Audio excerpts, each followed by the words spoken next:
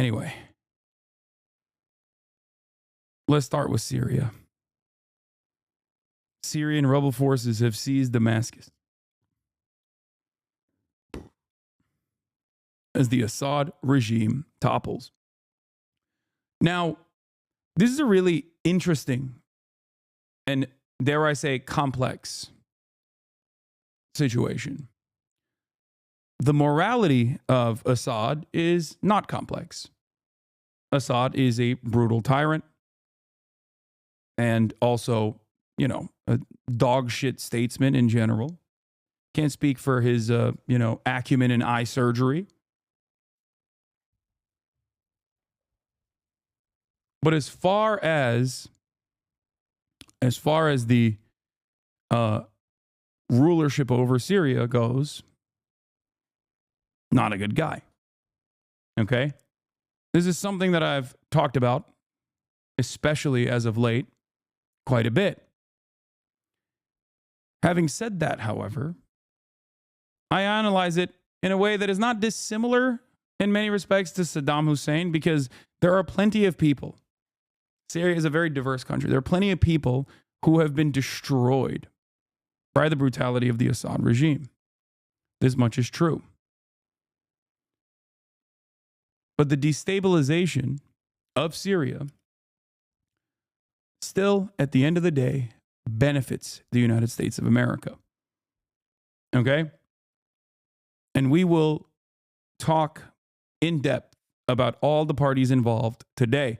I have already covered it. I have given you a little briefer, but it's a situation where it's literally like neither side is good, with the exception, I guess, of the Kurdish groups in the region.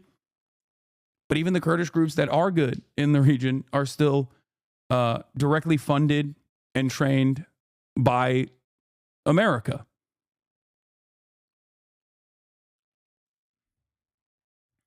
So even good groups can still be used as a weapon by the American State Department.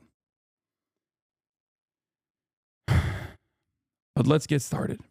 In his dynastic heartland and putative holdout on the Mediterranean coast, where they ride a statue of his father through the streets. In Hama, seized in the Assad era, or Thursday, where a reporter sheds his protective vest to embody the emergence of a new Syria. But perhaps the most instructive place to look is here, in the former regime's darkest corner. The corridors of Saidnaya prison, north of Damascus, where they killed so many thousands, they built a crematorium outside. A young child comes into view. Look at that boy, poor thing, they say. These women, at the heart of a brutal... Anyone who thinks Syria is free now is delusional. Israel's already invaded and bombed parts of southern Syria, the Greater Israel Project. Don't worry, we'll talk about it. I'm going to get industrial oppression, being freed, being told to say God is great, not to worry about possessions, about ID cards, about where to go and how. Another prison, the same story. He says, there's no state anymore, sister. Damn the state, it's fallen. Come down, come on.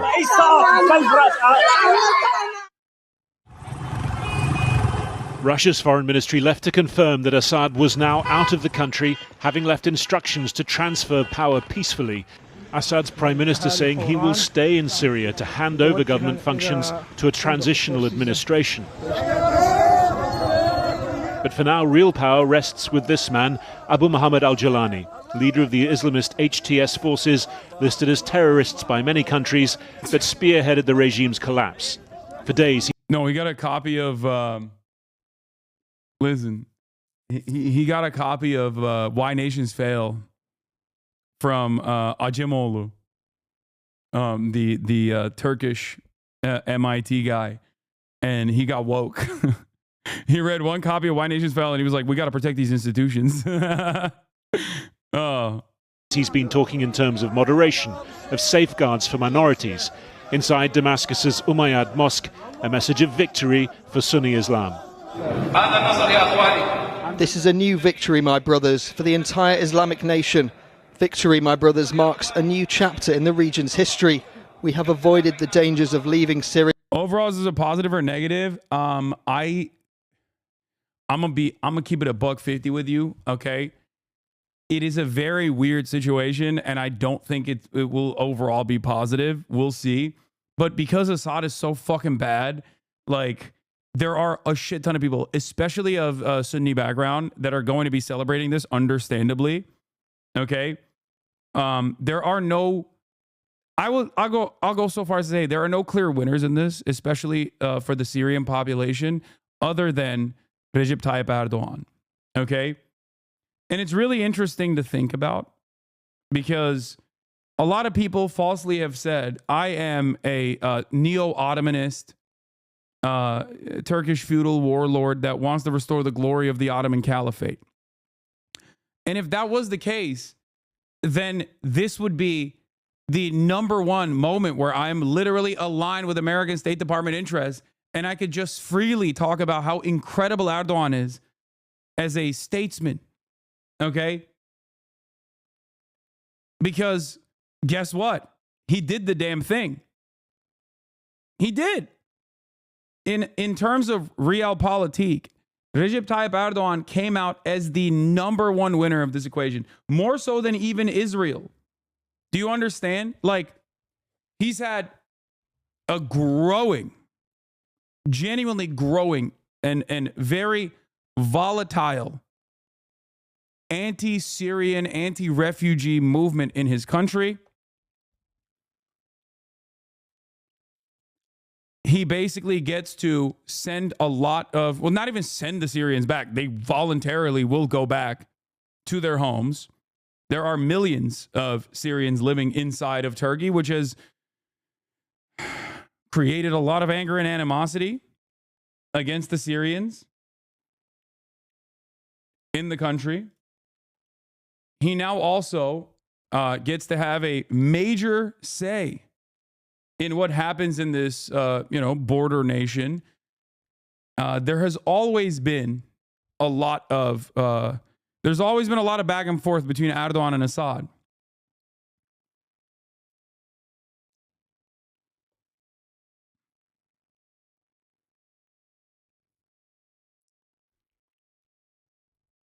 If Syrians have voluntarily returned to their homes, that was a bad thing.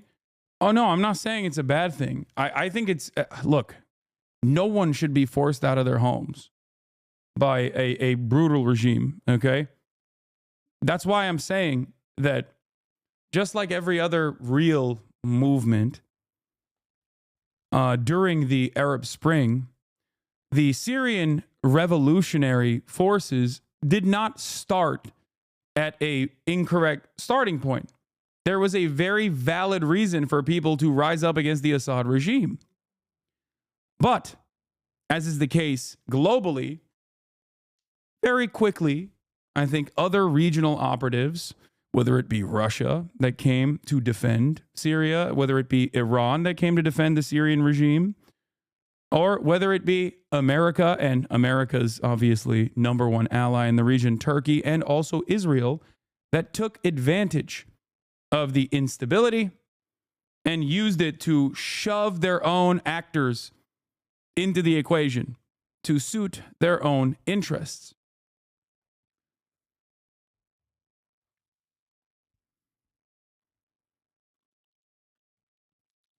It will, however, never not be funny to me, someone growing up in the United States of America now for the past 10 years, to see a former Al-Qaeda leader get this much positive coverage.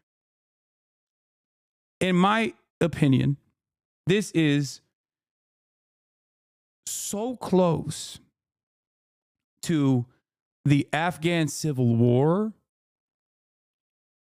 like in the ways that the American State Department operated there, and the valid reasons as to why many Muslims in Afghanistan were understandably against the USSR aligned Afghan government at the time.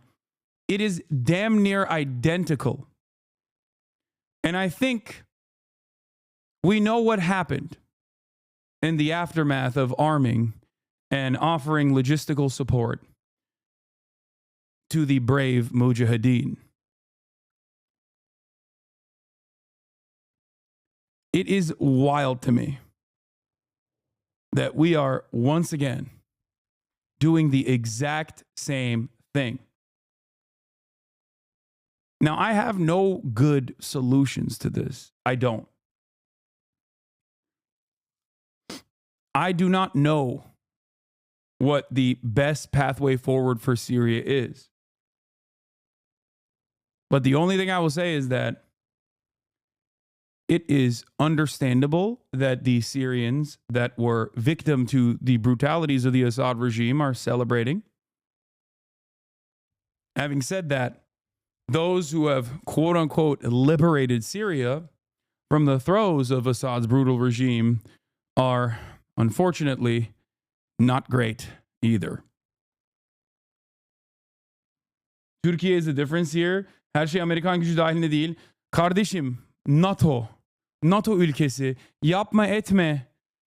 Saçmalamayın arkadaşlar. Nükleer füzesi var Amerika'nın. Yapmayın etmeyin ya. İncirlik'te Amerikan nükleer füzeleri var. Saçmalıyorsunuz eğer Amerika'nın Amerika git orada ne yapacaksan yap demeden Türkiye hiçbir bok yapamaz. Yapmayın etmeyin. Allah Allah.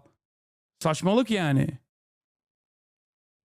Dönüp de diyorsunuz ki bir yandan da Kürtlere veriyorlar ama silah. Tamam. Ondan sonra Türkiye geri gidiyor. Vuruyor Kürtleri. Amerika hiç bakmıyor bile. Neden bakmıyor? Çünkü sikinde değil. Çünkü Türkiye NATO. Türkiye NATO'nun ikinci en büyük ordusu. Saçmalamayın. Yani Erdoğan her gün çıkar der ki İsrail'in amına koyayım, İsrail'in amına koyayım, İsrail orospu çocukları desin. Ne yapıyor ondan sonra? Bakü'den göndermiyorlar mesela yine petrolü. Türkiye üzerinden göndermiyorlar mı petrolü İsrail'e? Gönderiyorlar. Neden? Yıllar boyunca Erdoğan Mavi Marmara'dan sonra anasını sikeyim İsrail'in falan dedi. Ne yaptılar? Bunu dediler, ondan sonra ne yaptı? İsrail'in pilotları yine gelip NATO üslerinde çalışmadılar mı? Çalıştılar. Eğitimlerini orada aldılar.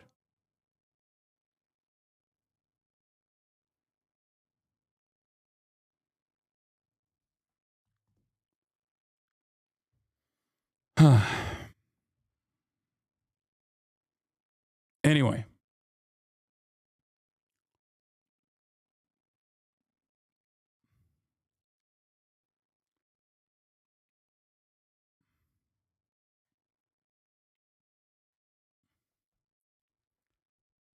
Are you also very concerned about Turkey taking its influence over the victorious rebel factions and turning them against the Kurds?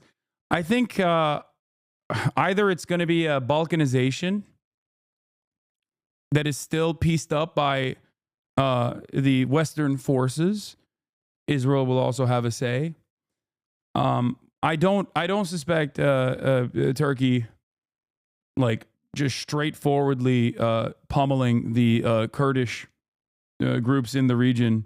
And if they do, that will still be at the behest of America.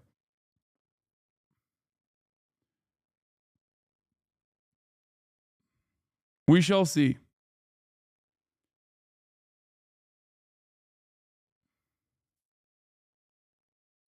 Syria as a playground for Iranian ambitions, spreading sectarianism and corruption. The Assad family's home, the vast presidential palace, now a site for a sort of revolutionary tourism, an opportunity to reclaim some of the regime's ill-gotten gains. Victory to Syria. Syria remains and Assad is in hell, in the dustbin of history. But for millions of Syria's displaced, it's their own homes they're desperate to reclaim. So often these roads have been clogged with those fleeing to safety. Now the polarity has been reversed, hope embodied in a traffic jam. But still plenty of space for fear of what's to follow. Already there's been fighting between rival rebel groups in the north, the Turkish-backed Syrian National Army taking the town of Manbij from the US-backed. Remember when they were saying to me in the chat, like, oh, the Turkish-backed Syrian National Army, like they're not you're wrong. Turkey is not a player in this. Like, come on, dog.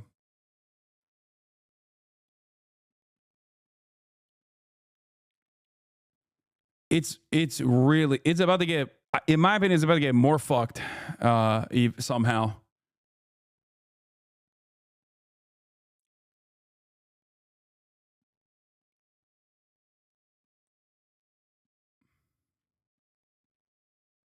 I'm a Syrian Christian, just hoping whatever it is next for the country, my people won't be persecuted, to be honest. Yeah. See, that's the other side of this. The other side of this is also that, first of all, let me just say one thing. I think that Russia is so busy in Ukraine that they could not offer any sort of material support to Syria. But I don't even know if they wanted to. I think that I suspect that Putin wanted Erdogan to make inroads with the Assad regime, and Assad refused. Partially because they don't suspect Erdogan to be anything but a person who is operating at the behest of Western interests. But virtually every other group in the region that could offer some kind of support, virtually every other group in the region that could offer any support, like Hezbollah, for example, has been destabilized and is now more focused on rebuilding Lebanon after Israel pummeled southern Lebanon. And all of the axis of resistance against Israel in the region is licking their wounds and trying to reconstruct. And Iran is spread too thin. This created an opportunity for all of the cells that are anti-Assad, that range from secular forces, ethnic Kurdish militias, Marxist-Leninist forces, all the way to the Salafists, former Al-Qaeda and former ISIS operatives, and Turkish-backed Salafists to take advantage of this opportunity and seemingly fucking take over Syria in a matter of a week.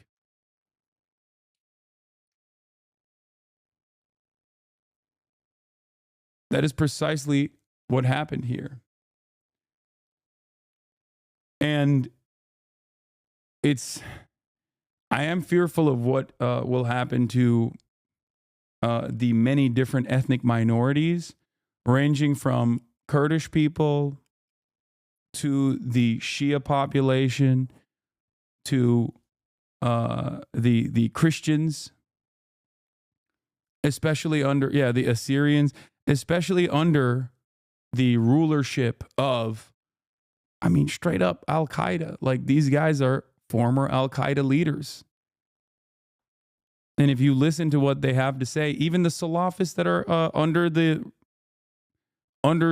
training of the Turkish government, like, make no mistake, like, some of the stuff that they're talking about is still very much global jihad. So it's a terrifying prospect. So I don't know what will happen. I hope that, stop being overdramatic.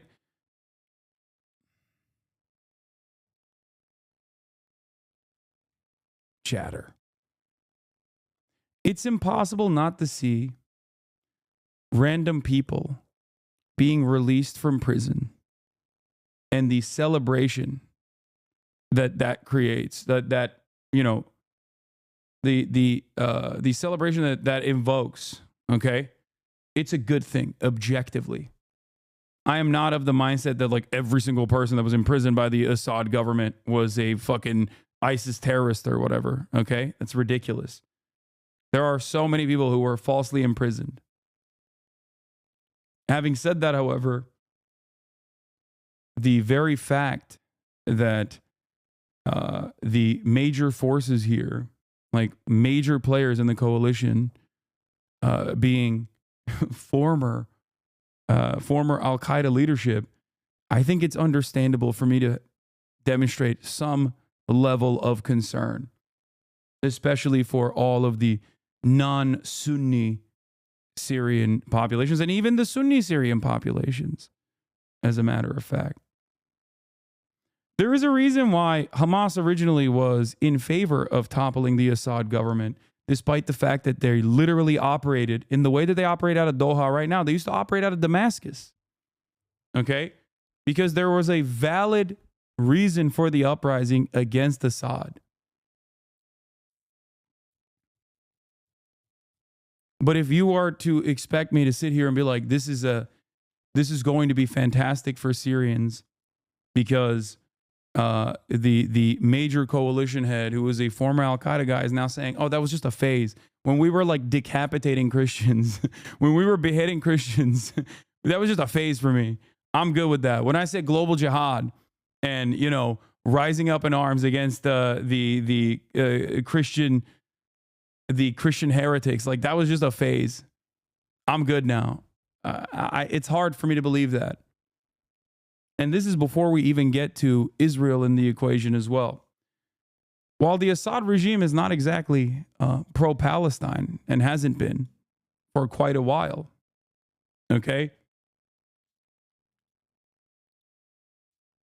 Syria provided a logistical hub for the axis of resistance in the region, and it was a shaky allegiance that they had, specifically with the Iranian government. But it was still a logistical hub nonetheless. A logistical hub for Hezbollah and a logistical hub for, Iran in general.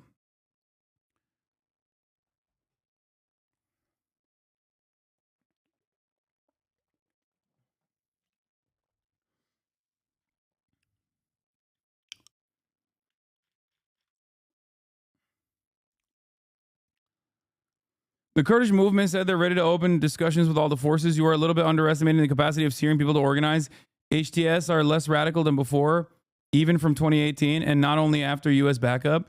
They did that to get international sympathy for only after Assad order, and they got that. Did you see the Saydana prison? Yeah, I'm gonna cover the Saydana prison as well. That part is really fucking insane.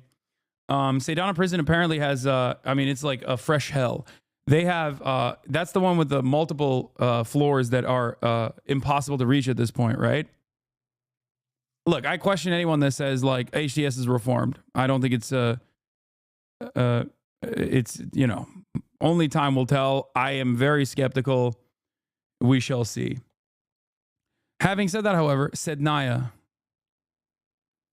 Having said that, however, yeah, there are literally multiple basement floors of the prison, inside of the prison complex, that are impossible to open up unless you have someone from the Assad regime. Syria, mind-blowing figure circulating about the Saydnaya prison in Damascus. The complex was believed to have up to 20,000 detainees, but the red building itself, photo, is said to have more than double. Some levels still haven't been reached. There are several floors under the Saydnaya prison which couldn't be reached so far due to the special unique security mechanisms. This is the red building. It's the section dedicated to civilians arrested by Assad's regime since 2011. There are motherfuckers who left the prison who thought that the former Assad was still in charge. Like, they just don't know what the fuck is going on. After over 10 hours of work, the doors of the red prison of Saydnaya are finally broken. New waves of detainees are being liberated. The man filming, looking for his family while documenting this. How could we believe this is happening?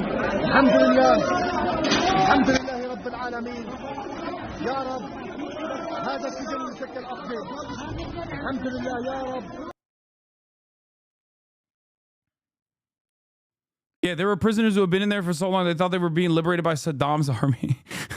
Like, it's insane.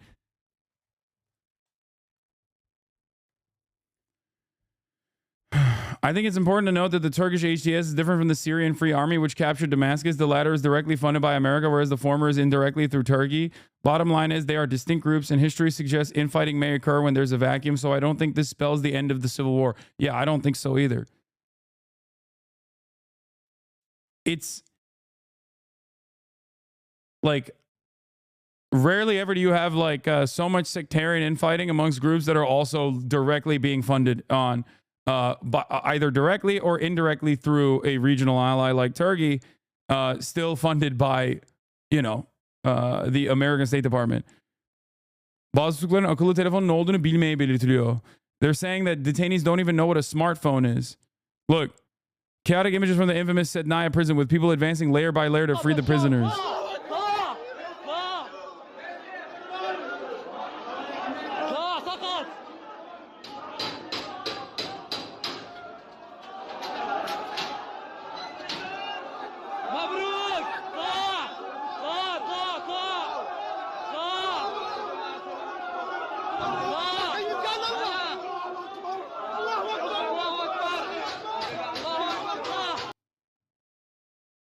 Like, it's crazy.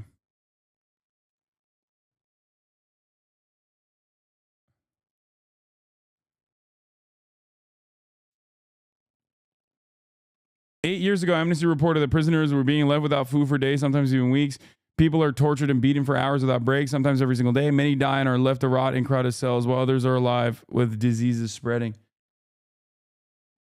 I think there's like a child that was born in the prison or some shit too. It was like fucking insane. I mean, I don't know. This is like, some of it is fog of war stuff. But I mean, it is a fresh hell for sure. And it's impossible not to, look at these images and think, this is a bad thing. It is a good thing.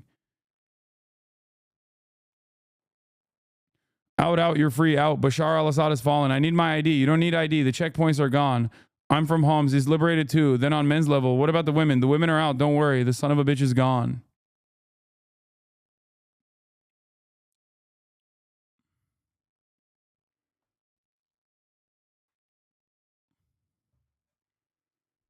Yeah, I mean, not to fucking, not to lighten the mood at all, and make this silly, but yeah, it is like impelled down. I mean, it's a fresh hell, literally. We'll look at what Sina Tusi had to say about this. But yeah, I am not an Assadist, and all memes aside about talking about the fucking line of Damascus or whatever. It's silly shit that people. I think being an Assadist is like being someone who's pro Putin, where it's just campish shit overall. Having said that, however, I am still very skeptical over what will happen in Syria, because it's not like I'm pro-America or pro-Turkey either in the region. And I fear that the Syrian people will still continue to suffer, and there will most likely still be a lot of ethnic strife and a lot of infighting. And Kurdish-led Syrian Democratic Forces. And while Kurds further east celebrate stunning gains over Assad and Iranian-backed forces, fears here about the potential for ISIS to gain ground. We will also continue to maintain our presence in eastern Syria, which is solely to ensure the enduring defeat of ISIS and has nothing to do with other aspects of this conflict. And rebel forces have entered Tartus, home to one of Russia's 2 Syrian naval bases. What now for Moscow's foothold on the Mediterranean? What now for the many regime loyalists here fearing reprisals? From the occupied Golan Heights, Israel's Prime Minister claiming credit for events in Syria. The result, he says, of blows dealt to Hezbollah and Iran. Israel sending forces. Reddit has gone full pro HTS because of Putin is wild to see, man. Yeah, it's especially wild to see because, like, the guys that, like, HTS represents exactly the type of dudes that the average American thinks is like, the jihadists, like all Muslims are like that. HTS is, originally a global jihad organization, or at least like, the guy is fucking Al Qaeda. I don't know what else to say.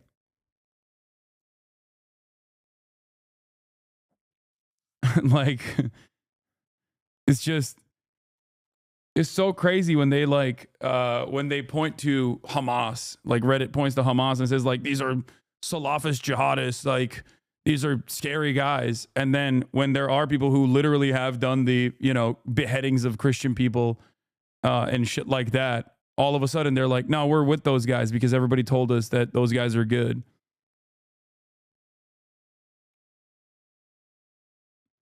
It's kind of wild how big of a a demonstration of the power of manufactured consent is in this story. He was in every Islamist group on earth. What Al-Jilani has done to what Al-Jilani has to do for you to be more charitable to him, brother, I'm sorry. There is no, I don't think there's anything he can do. Just step aside. You know?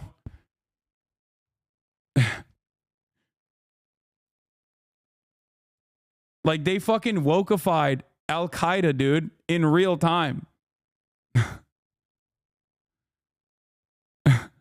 It's like, this is it for me. Especially as listen, for me, there's a couple things where it's like, if you got this in your resume, it's virtually impossible for me to ever think that you are going to be a good guy. Okay? Like, if you're the emir of the Al-Nusra Front, okay? Like, if you have... like, if you got this in your resume, former Al-Qaeda, Al-Qaeda in Iraq, Mujahideen Shura Council, Islamic State of Iraq, the Al-Nusra Front. Like, what a goddamn resume. I mean, this guy is on the terror watch list for America since, like, in perpetuity.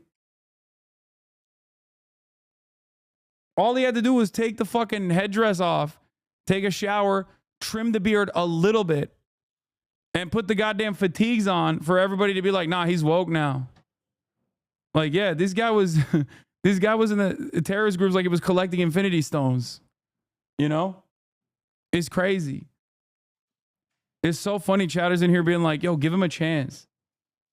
One must ask the question why I have this attitude towards a very different attitude that I demonstrate towards Hamas as I do towards this guy.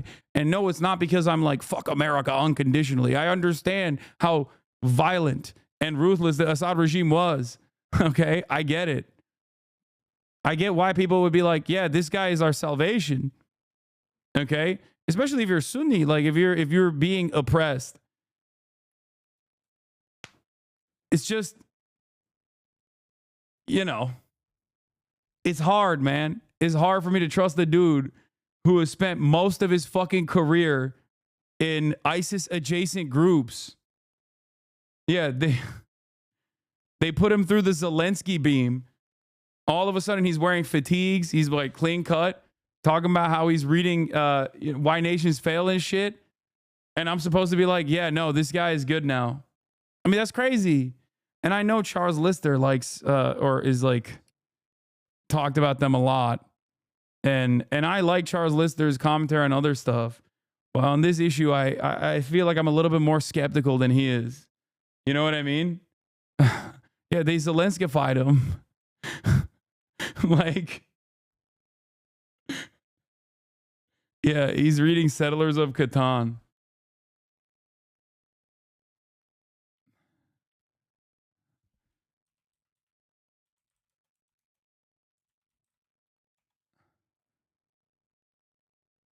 Or not Settlers of Catan.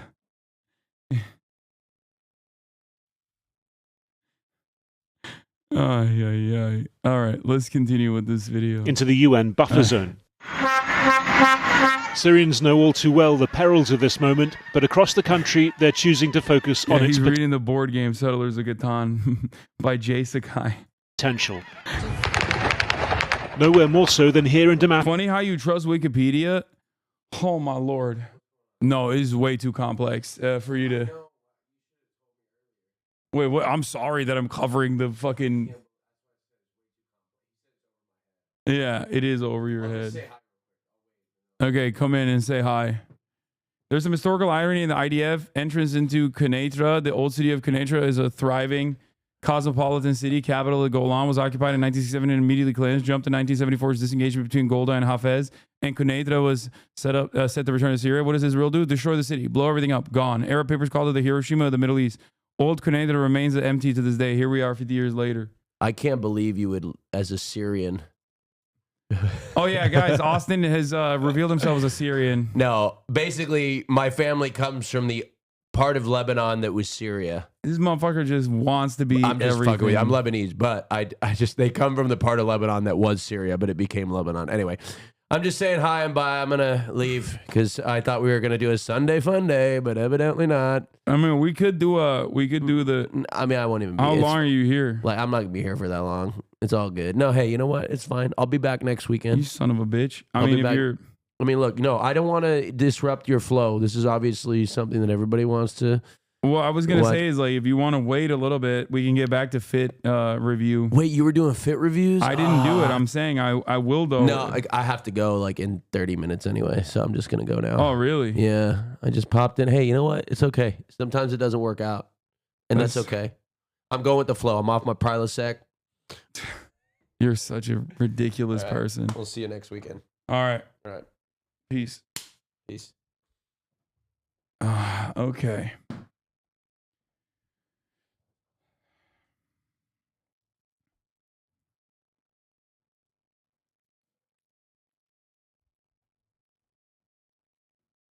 Always a tease, yeah. I'm not going to kiss him goodbye. Damascus, and a young couple experiencing the revolutionary version of a shotgun wedding.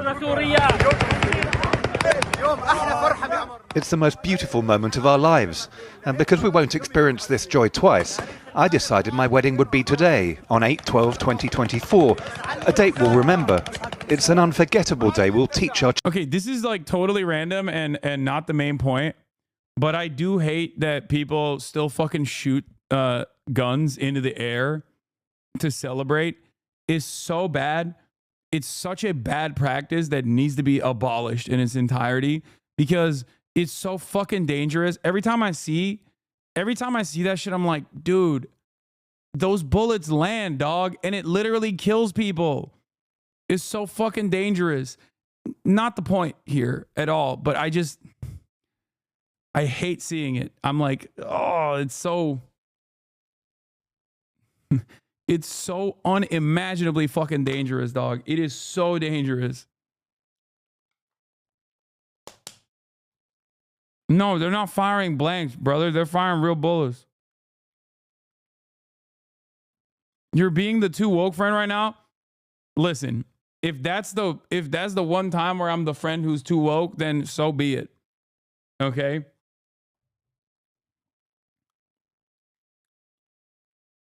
Straight up. I think it's one of the worst practices. One of the worst fucking practices. It is so goddamn dangerous, and people get killed all the time, or at least injured all the fucking time. Okay? Sorry, call me fucking woke. It's just, it literally is a thing I cannot stand.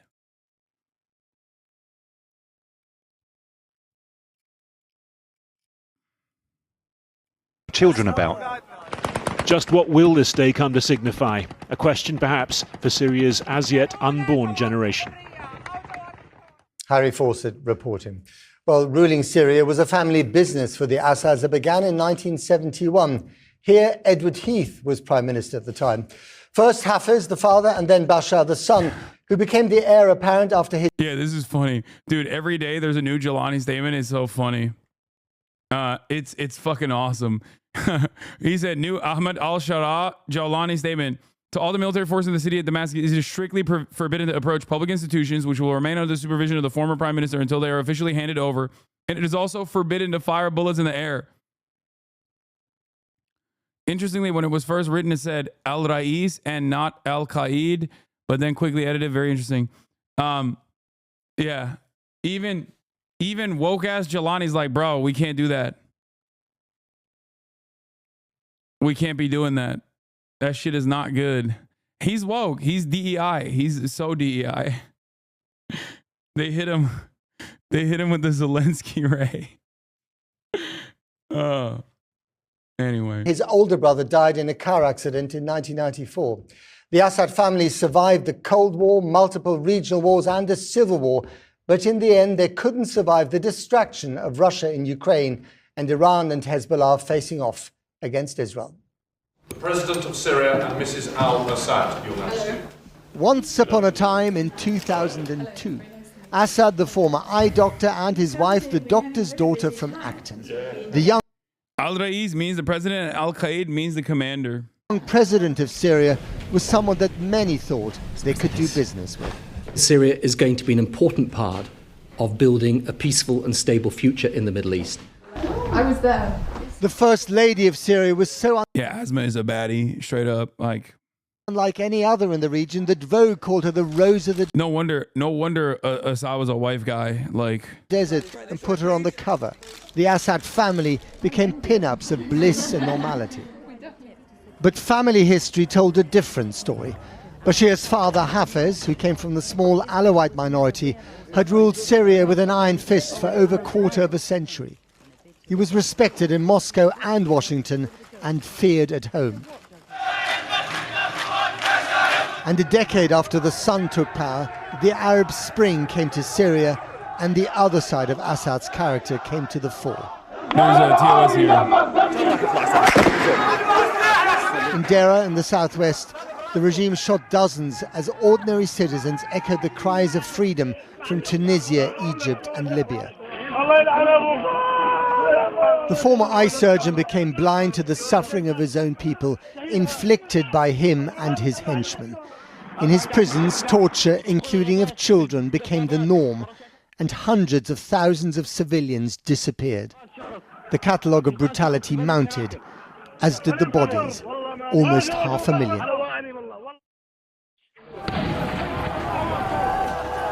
Barrel bombs dropped by planes onto residential neighborhoods and hospitals.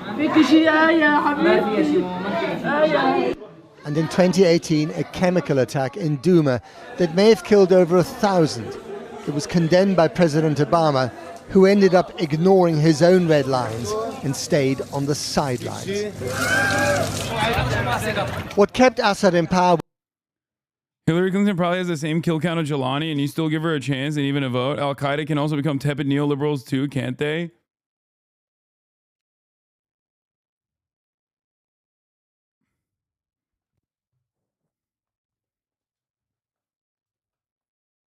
I feel like Hillary Clinton's kill count might be higher overall. I mean, but it's a wild thing to present Hillary Clinton as the, you know, it's a wild thing to present Hillary Clinton here, considering who's backing Jelani. Bashar laughing at Gaddafi, suggesting he might get toppled in 2008. Yeah. Yeah, I mean, he was...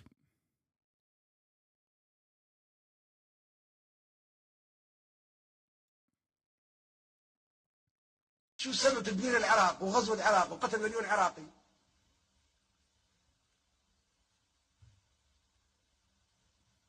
وخلص بقانا الامريكان يجاوبونا. I still think you should give Jelani a chance. I'm not gonna lie. I think the nuance here is that he's purged Al-Qaeda members within his own org for quite some time now. He may really be pulling more moderates. Just my 2 cents on what I get from Syrians in my community.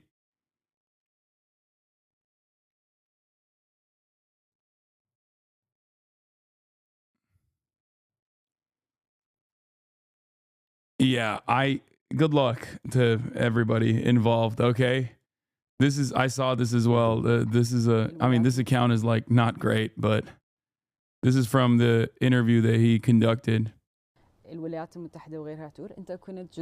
where she asked him, Jelani, like the killings in Iraq at the base of Al-Qaeda, like, what do you have to say to that? And his response is like, you know, bygones be bygones type shit, that we were young, something along those lines. Is there an interview? Is there an interview with subtitles? I want to watch this interview.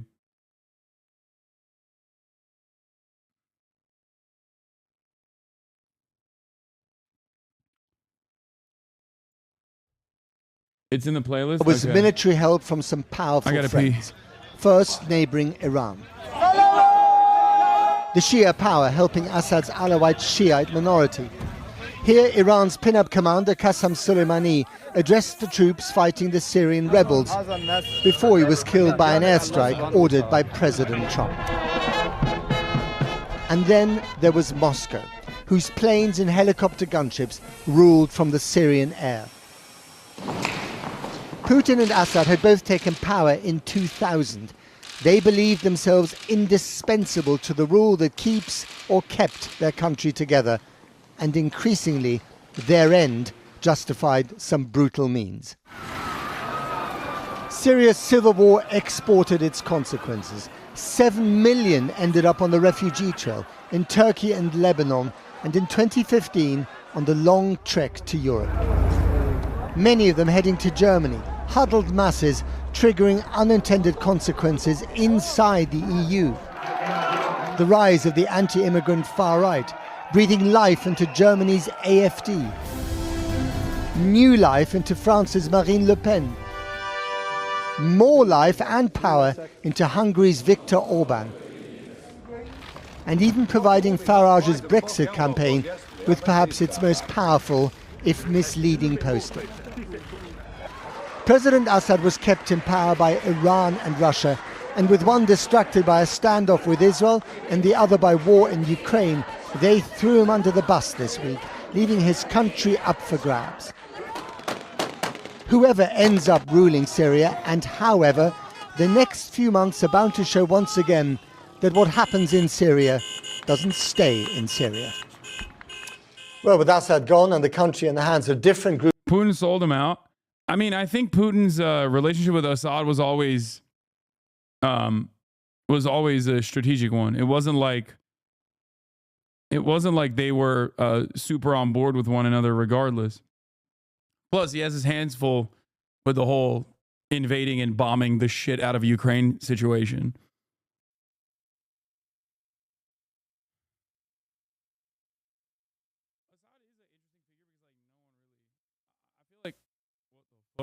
Oh, what is happening? Can you hear me? I got muted for a second. Assad is that's not even true. Assad is in Russia. No, I know, but historically speaking, I don't think that Putin was always on board. And not only that, but also, just because he's in Russia right now doesn't change that dynamic at all. Like, Russia utilizes Syria. It has regional interests. It also wants to. Russia is anti-America at every step, and it uses Syrian naval bases as well. I think Russia had too much focus and resources in Ukraine and would have spared stuff if he could have saved his air base and naval base in Tartus and Latakia. Yeah.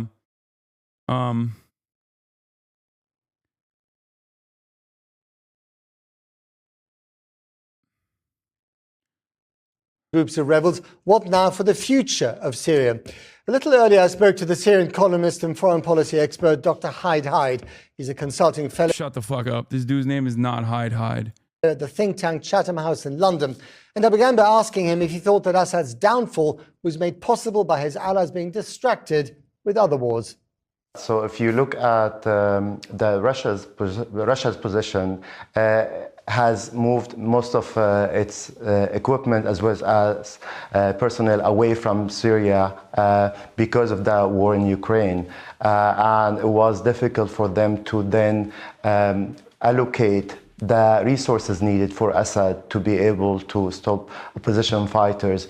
And I think for the Russians, it was sort of their calculations that we have invested all this money and the regime has not been able to fight back, so why would we just go ahead and then repeat the same mistakes again? For Iran, it was a similar situation, especially since Hezbollah, its main arm, not only in the Middle East, but in Syria, which contributed to the protection of the regime for years, is now completely distracted in its own war with Israel.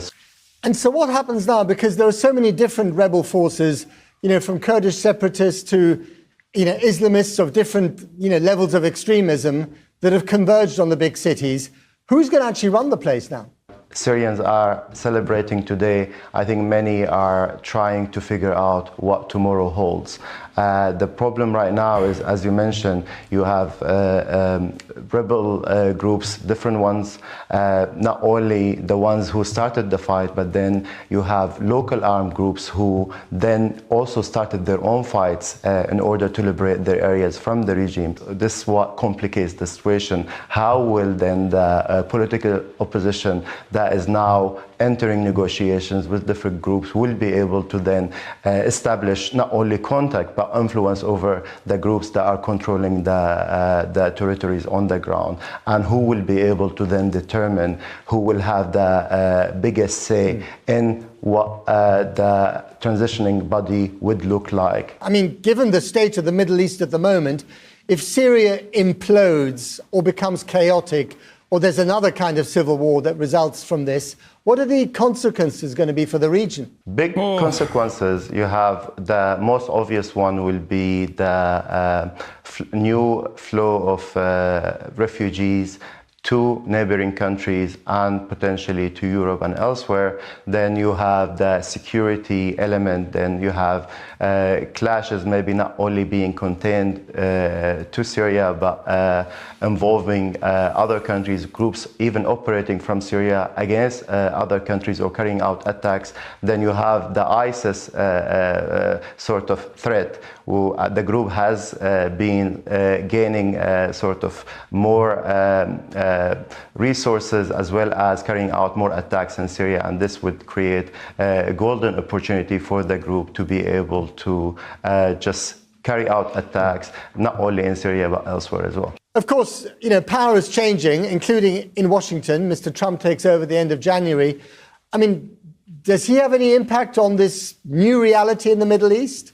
I think it does. The most obvious one is that most of the influential policymakers in the Biden administration, they have already moved on. They have secured other jobs or in the process of securing other jobs. So there is no one left to really look at what's happening in Syria and then try to play the leadership role that the US has usually played. Finally, and very briefly, is Iran one of the principal backers of the Assad regime? Are they the biggest losers in this, and what consequences will that have for them? I think it's safe to say that Iran will be the biggest loser. It seems that Iran will not be able to secure any of its interest in Syria. If you look at what they have been trying to use Syria for over the past years, is one, to continue to supply Hezbollah with weapons, and no matter who basically rules Damascus, it will be difficult for them to allow that, mainly due to the role that Hezbollah has played in killing Syrians across the country. Is this from Financial Times? Oh, it is. Okay. Financial Times, consistently the best reporting. Straight up. I would say, especially since October 7th, Financial Times has become, I think, the best in terms of its coverage. Iran was done with Bashar al-Assad. It seems like there isn't any love lost. One Iranian insider accuses the Assad regime of leaking the positions of the Iranian military commanders. The insider said there had been long-standing frustration with Assad in Tehran for more. Yeah, I mean, the thing is, like, I don't think anybody likes Assad. Like, I don't even think Russia likes Assad, even though they're offering him shelter, because there's a use for Assad. They can use him as a bargaining chip. For more than a year, it was clear as time had passed, he had become an obstacle, a liability. Some even called him a betrayer. His inaction cost us dearly, and he aligned himself with regional actors who promised him a future that never materialized. Qatar, Saudi Arabia, Jordan, Egypt, Iraq, Iran, Turkey, and Russia issue a joint statement calling for an end to the military combat in Syria and a political solution. I think they're going for a managed transition.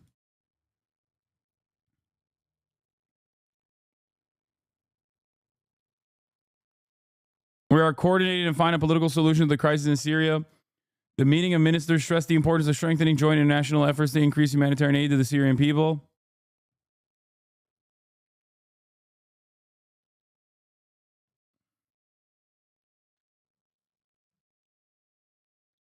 At long last, the Assad regime has fallen. The fall of this regime is a fundamental act of justice. It is a moment of historic opportunity for the long-suffering people of Syria to build a better future for their country. It is also a moment of risk and uncertainty.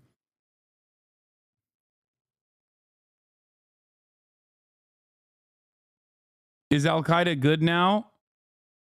According to the West, excuse me, former Al-Qaeda, reformed. Reformed.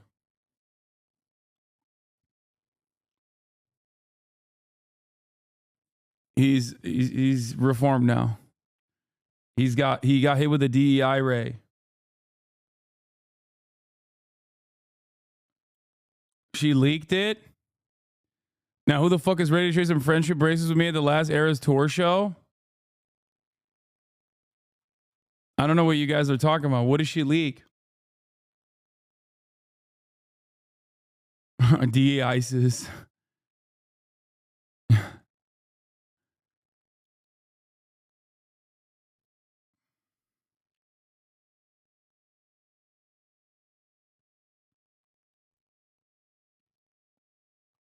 Terrorist modification. The New York Times, citing officials' reports of the U.S. intelligence agencies, the Biden administration are assessing Hayat Tahrir al-Shams and his leadership and potentially taking them off the terror watch list. The one person that I feel bad for in this is Tulsi Gabbard.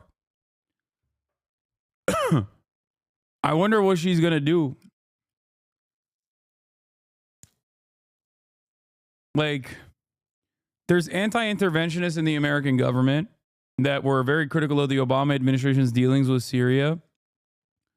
And then there were people that took it a step further, I would say. And it always felt like Tulsi Gabbard was one of the people that took it a step further. The spirit of Aloha has left Damascus. Yeah, it lives on in Moscow for the time being.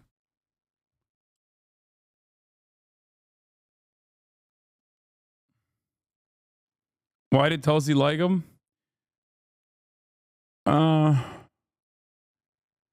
Yeah, I saw this tweet from Trump, which is definitely not from Trump. Opposition fighters in Syria, in an unprecedented move, have totally taken over numerous cities in a highly coordinated offensive and are now on the outskirts of Damascus, obviously preparing to make a very big move towards taking out Assad. Russia, because they are so tied up in Ukraine and with the loss there of over 600,000 soldiers, seems incapable of stopping this literal march through Syria, a country they have protected for years.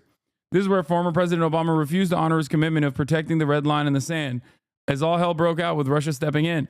But now they are, like possibly Assad himself, being forced out. And it may actually be the best thing that can happen to them. There was never much of a benefit in Syria for Russia, other than that to make Obama look really stupid. In any event, Syria is a mess, but is not our friend. And the United States should have nothing to do with it. This is not our fight. Let it play out. Do not get involved. Dog, what are you saying? How? This is such a funny take from Trump. This is not our fight. It's like, okay, I don't know about that. For decades. Dr. Hyde, thank you very much indeed. Thank you. Thousands of Syrians displaced during the civil war after enduring often long and perilous journeys ended up settling right here in the UK. So today, many were out celebrating the fall of the regime that uprooted their lives in gatherings across the country. Some hope to return to Syria one day, but there's anxiety and hope that the news is not too good to be true. Francis Reid reports from one of the rallies in Trafalgar Square.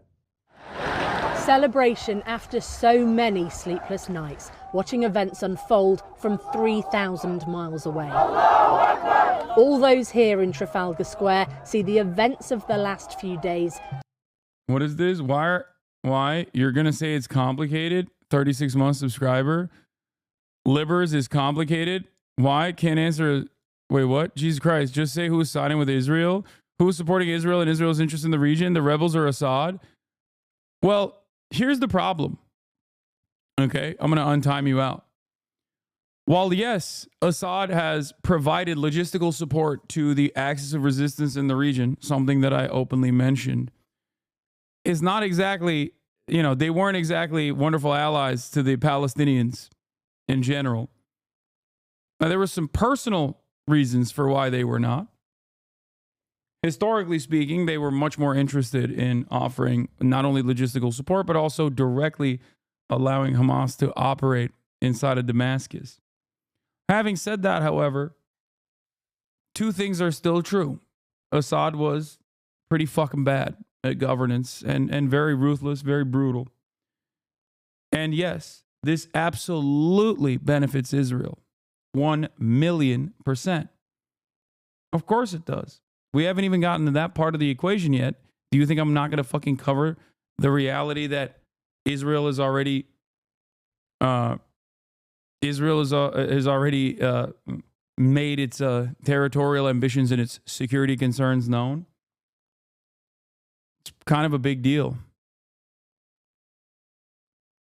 And yes, Jelani has said that the West is not our enemy, and that Israel is not their enemy either.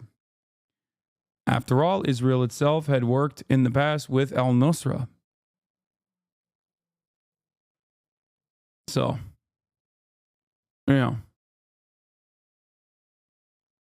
Senior administration officials briefed reporters on Syria. The SAO called the CENTCOM strike today on ISIS significant, with B-52s, F-15s, and A-10s dropping 140 munitions on 75 different targets in the Badia Desert. Today, there happened to be a broad gathering across a broad area, the official said, describing it as a part of a pattern of strikes against ISIS meetings and training that would continue. Despite rumors to the contrary, the SAO said, "We did not get any serious outreach from Assad, nor would we have considered it." The official would not say whether the administration planned to lift the foreign terrorist designation on HTS and its leader Abu Muhammad al-Jalani, but suggested the designation was not preventing the U.S. from engaging with the group. "We intend to engage with them appropriately," the official said. "We have contact with all Syrian groups." The official said the regime's chemical weapons were something we are very focused on. "We do have good fidelity on this type of thing." And he said, "I would not envision a scenario of U.S. boots on the ground to neutralize the weapons." On Iran, the official described its national security posture in dire terms. "The entire Iranian-backed artifice in the region, the brittleness, the weakness, the hollowing out, has completely changed the equation in the Middle East. It has lost its main proxy group, its entire military capacity destroyed. They have no strategic air defense, and they can't produce missiles." But he acknowledged it wasn't clear whether that would push Iran towards diplomacy or a decision to build a nuclear weapon. "If they were ever to make a fateful decision towards a nuclear weapon, we will not allow it." The ISIS fight moving forward. There are already clashes between Turkish-backed. So this is the other part that is going to make things interesting. The ISIS fight moving forward. There are already clashes between Turkish-backed HDS and US-backed, mostly Kurdish SDF in Manjib in northwest Syria. Remember how I talked about the both sides being US-backed to varying degrees? It's American-backed forces fighting against other American-backed forces by way of Turkey. And I don't even know if it's the HDS that's fighting. I don't know why they're saying it's the HDS that's fighting. This is the Foreign Affairs and Defense correspondent for PBS. I don't think it's HDS that's fighting the Kurdish SDF. I think it is rather the Turkish-backed forces in the region. The Syrian National Army, the SNA. The SAO said that a handful of senior officials have been speaking to their Turkish counterparts to try and deconflict. Additional fronts opening up, not in anyone's interest. Opposition groups need to work together. Some troops fighting ISIS in Badia were Assad's forces. The SAO said that as they peeled out, SDF filled some of that space, and the U.S. also helped coordinate safe passage of tens of thousands of civilians. Hold on. Doors open. Help coordinate safe passage of tens of thousands of civilians from west to east.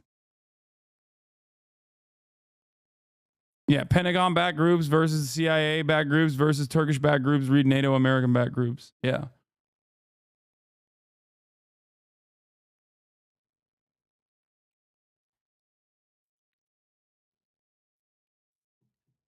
Yeah, I was right. SDF commander Mazlum Abdi says they are in contact with HTS and have not clashed with them. So HTS is Al-Qaeda, former Al-Qaeda, I apologize. And I think this reporter is incorrect when he says Turkish-backed HTS and US-backed, mostly Kurdish SDF are fighting. I don't think that that's correct.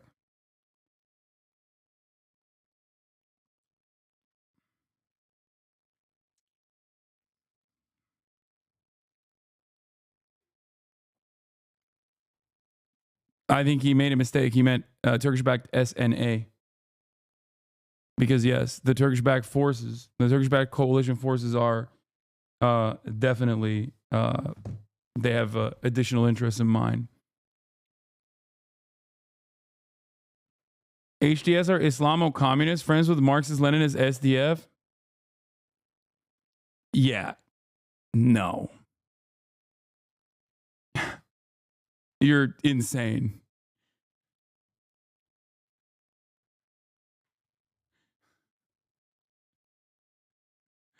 Okay, dude. Islamo-communists. Yeah, that's why he's reading Why Nations Fail.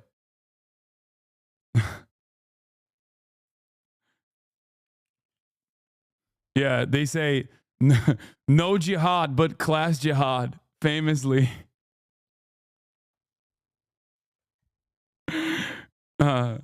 True zakat would be unnecessary once true zakat would be unnecessary once communism has been established. No jihad but class jihad.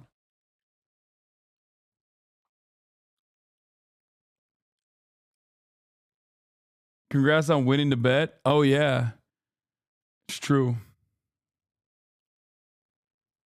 As the liberation of Syria. A chance for change and maybe the possibility for those who want to return to do so.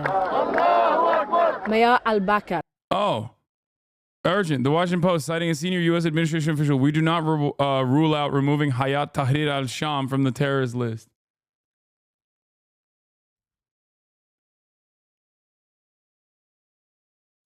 Is a political activist who fled Aleppo in 2015 after government forces came knocking on his door. I have a mixed feeling. I didn't sleep for the last 2 days. I was just watching the news every single moment, waiting for this moment. We are in very historical moment. We have so much hope, we hope for better and better future for Syria. Then there's Abdul Karim, a neurosurgeon whose 2 little girls were born in exile. We've been really displaced again and again. So my first daughter was born in Turkey, my second daughter was born in London, and I can't believe that at this moment, that we've been waiting for this moment for not only 14 years, I would say for 54 years, Syrians are waiting for this moment. So I really can't describe how I feel, happiness, optimism, definitely, but really a promise that we will go back to build our country. A new generation hoping to get to know Syria for the first time. I don't remember anything of my country, so being able to see my country for practically the first time would be absolutely amazing. I'll get to see all my relatives back home. I'll be really happy, really excited. Some 20,000 Syrian refugees were resettled in the UK between 20... It's impossible not to feel joyous in this occasion, for sure. I'm just still very worried about what is to come. But yeah, I totally get why people will be fucking excited at the prospect of being able to return to their homes, return to their country. 2014 and 2020. Many of them never wanted to leave their homes and never imagined that they'd be living here now. And that's why across the UK, so many turned out today, including in Manchester. In West London, Syrian and Iraqi Christians came together to worship. For those in the Syrian Orthodox Church, they hope that reassurances that all will be protected will be honoured in the mosaic of faiths that make up Syria. Do you think many Syrians who moved to the UK will now want to return to Syria? I think our people, they will have to wait to see what will happen. If safe, democratic, yes, I think majority that return, because our country is beautiful. Sunshine, weather, food, everything is our country. Rula, a primary school teacher, grew up in a neighbourhood where all faiths live side by side. Mixed emotions, I would say, at the moment. We just want the safety for people, regardless the faith, regardless the religion, regardless the beliefs. So many have made their lives here in the UK while watching the horrors of war unfold for their families over the last decade. All while conflicts in the wider region and geopolitics of the biggest players buffeted the possibility for peace and fated their futures. There is still anxiety for Syrian communities in the UK, of course, but now also hope that all Syrians' prayers will be answered. Just want to bring you some breaking news here on Sky News. In the last few moments, we have heard from the Russian state media TASS reporting that President Bashar al-Assad and his family members have arrived in Moscow, and Russia is providing them with asylum. That's according to a source in the Kremlin. It had been the case that Russia had told us that Assad had left Syria, that he had left in an aircraft from Syria, but we didn't know what his destination was, and indeed we didn't know where his family was. There had been speculation that maybe his wife and children had left Syria a few days ago. Russia just saying that all the family were out of the country. Well, now, in the last few moments, as I say, Russians... 97%.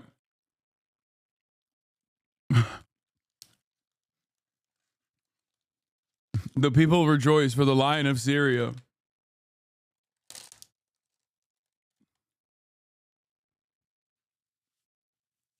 The most popular man in any country.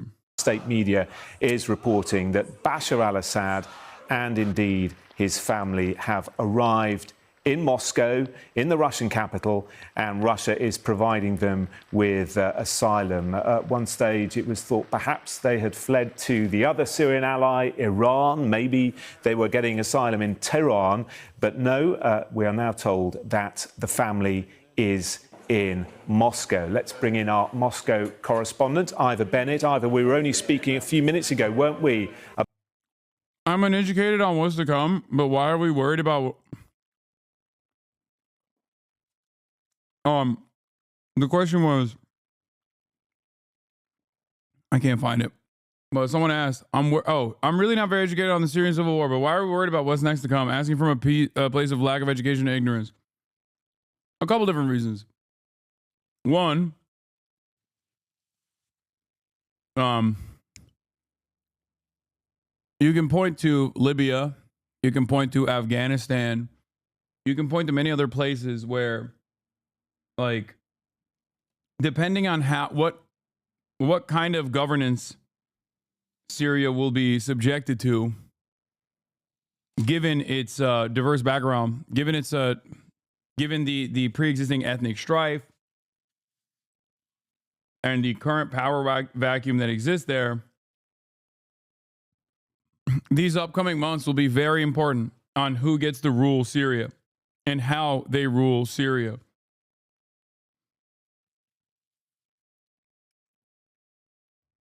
If you have, the former Al-Qaeda guys running it, as is being presented as like the senior partner in the coalition forces, I don't think that it's going to be all too positive.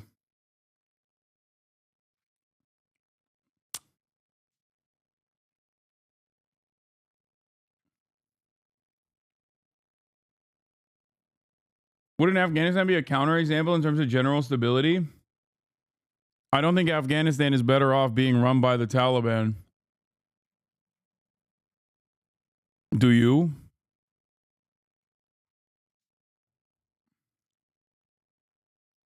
Yeah. It's better off run by the Taliban than being invaded by the American forces. But even then, not by a very wide margin.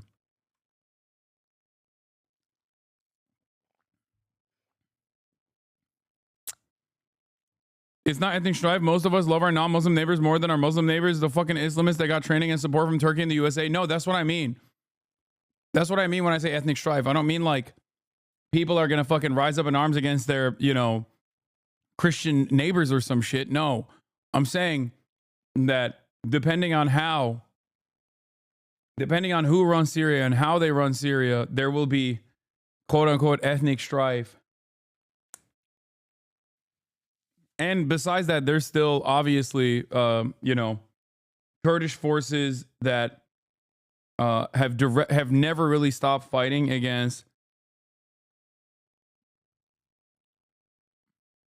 Kurdish forces that have never stopped fighting against the Turkish-backed Salafist forces either. Also, Afghanistan doesn't have a powerfully armed minority like the Kurds in northern Syria, and the Taliban have been around far longer than the HTS, so locals know them better. Yeah. Like, it's kind of crazy because the way that they're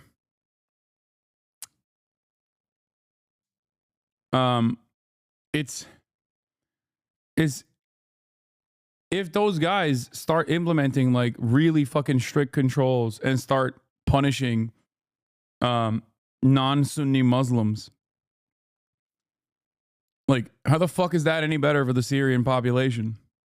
About the whereabouts of the family, and now we know they are with you in Moscow. Well, this is only according to one media outlet. This has come from TASS, Russia's state news agency, one of them, and they are quoting a source in the Kremlin, as you say. That is the only report we're getting so far, but it does follow a lot of speculation that Moscow may have offered him refuge this time because... Yeah, when I say Afghanistan, I'm talking about the post-socialist government period, yes. That's precisely what I'm talking about. Yeah.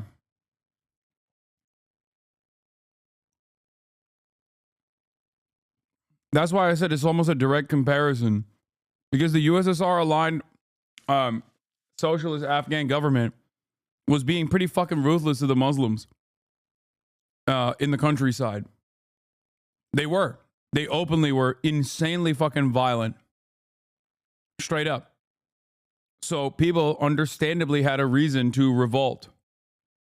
People had a real reason to fight back against.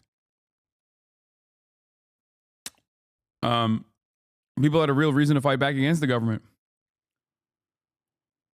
And then Russia, I mean, the USSR moved in and increased the brutality. All the while, America was pumping the forces that were fighting against the Afghan government and also the USSR with weapons, training them, radicalizing them. And those forces would fight against one another as well.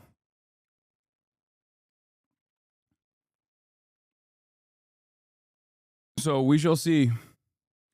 Syria is totally different people. I mean, the stakes are different. The involvement is different. But the idea that there aren't like competing militant factions that are competing with one another on ethnic and ideological and religious differences is true.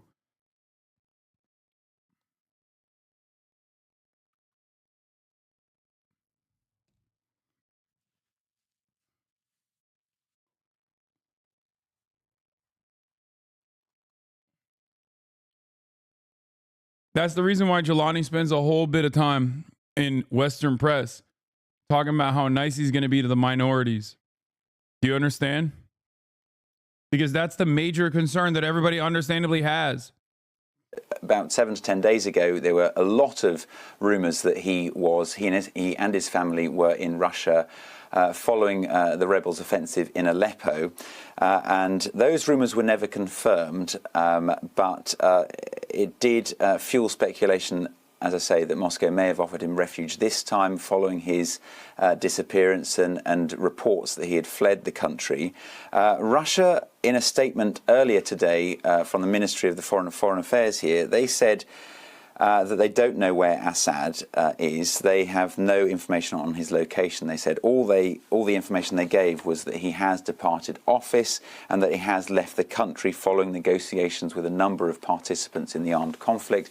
They said that they did not participate in those negotiations, but stressed that they had no idea where he was. But this report from TASS, state news agency here in Russia, does appear to contradict that, and it does, as I say, follow a lot of reports a week ago and rumours a week ago that he was also here, and this was one of the two likely destinations that he was assumed to have gone to, the other one being potentially Iran, Syria's other main ally. But as I say, this is still unconfirmed, but I think it does follow, as I say, a lot of rumours and a lot of speculation, and I think a lot of people would not be surprised if indeed he and his family were in the Russian capital. Syrian rebel forces have now taken over Hama. That is the second major city they've captured since launching a surprise offensive last week. You support Hamas, whose main goal and military plans is to put their citizens in danger, but Jelani is too radical for you?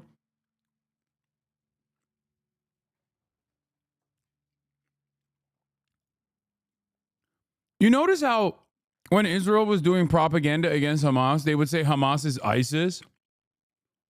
Why do you think they made that comparison to a much more well-known, much more dangerous faction?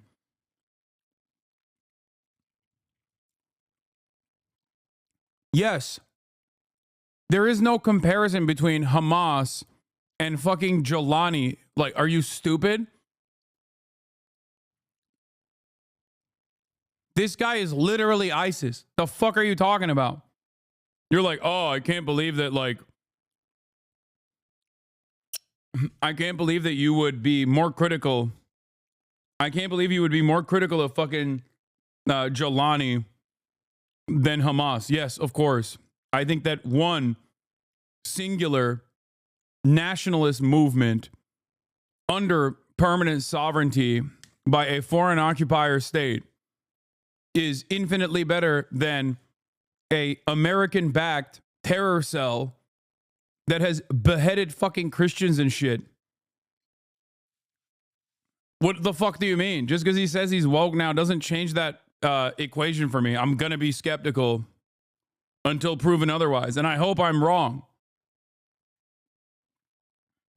But that's an insane fucking thing to say. You, like, a lot of these people that claim that I have no real positions and I'm simply anti-America, unironically are projecting, because they are just pro-America, unconditionally pro-America. Huh? American back, Hamas throws gay people off ledges, man. You're doing it again. You're doing ISIS propaganda, comparing Hamas to ISIS at the behest of defending an ISIS guy. You're doing it in the chat right now. That's insane. You are literally doing this. You are deploying this at the behest of defending a guy who literally did that.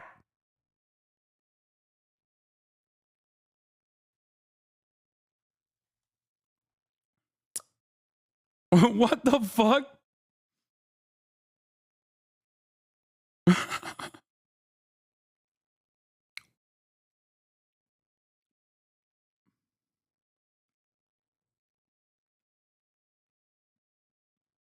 Nah, you know who's the real ISIS? Not the former ISIS guy, but Hamas.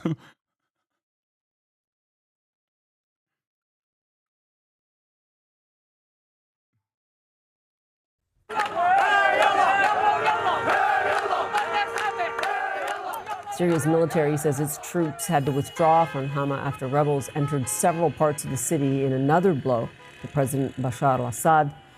Now, rebel fighters also freed hundreds of prisoners, saying they were all wrongfully detained. Some residents in Hama are now celebrating the rebel takeover. Like, I'm not even saying that the Assad regime is good or that it's infinitely better than what is to come for Syria. I'm just understandably maybe a little critical of you know, the Al-Qaeda guy. I don't know. Is that crazy? Am I crazy for this? Yeah, no, Assad is a fucking ruthless despot, okay? He's a ruthless tyrant. And I still worry about what will happen to the Syrian population. I know that there's a lot who are understandably celebrating. Of course, this warrants celebration. If you can't go back to your country, if your fucking family members were unjustly imprisoned and tortured, yeah, of course you're going to be fucking excited that the torturer is no longer in control. It's just crazy that there are chatters in here who are like, no, you do not. This is like Democrats being like, it's not enough that you vote for our candidate. You have to also be very excited to vote for our candidate. Like you have to just be like, nah, dude, there's no issues here. Like, don't ever bring up that that there is some cause for concern here.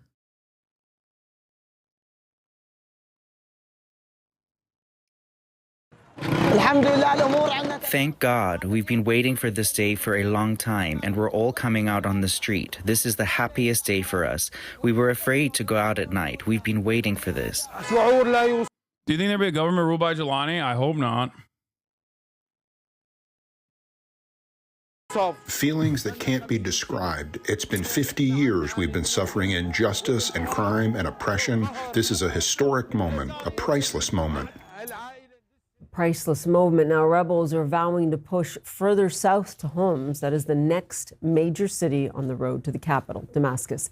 CNN's Jemana Karatse sat down for an exclusive interview with the main rebel. People are saying it's ridiculous that you said Israel is helping ISIS in Iran. Until Hassan learns to be quiet when he doesn't know what he's talking about, he will just keep making these mistakes over and over again. Just take some time off stream and read up on it, or don't open your mouth about other countries and their people at all. Wait, what? What an incredible research process. Uncritically accept the most obvious information from chat, embellish and conclude that HTS is directly in coordination with Israel. Wait, what the fuck? Why do these guys consistently fucking just, I don't know, maybe from a place of their own ignorance, like act as though certain things that have happened in the past are not real, with the full-blown knowledge that other people don't know?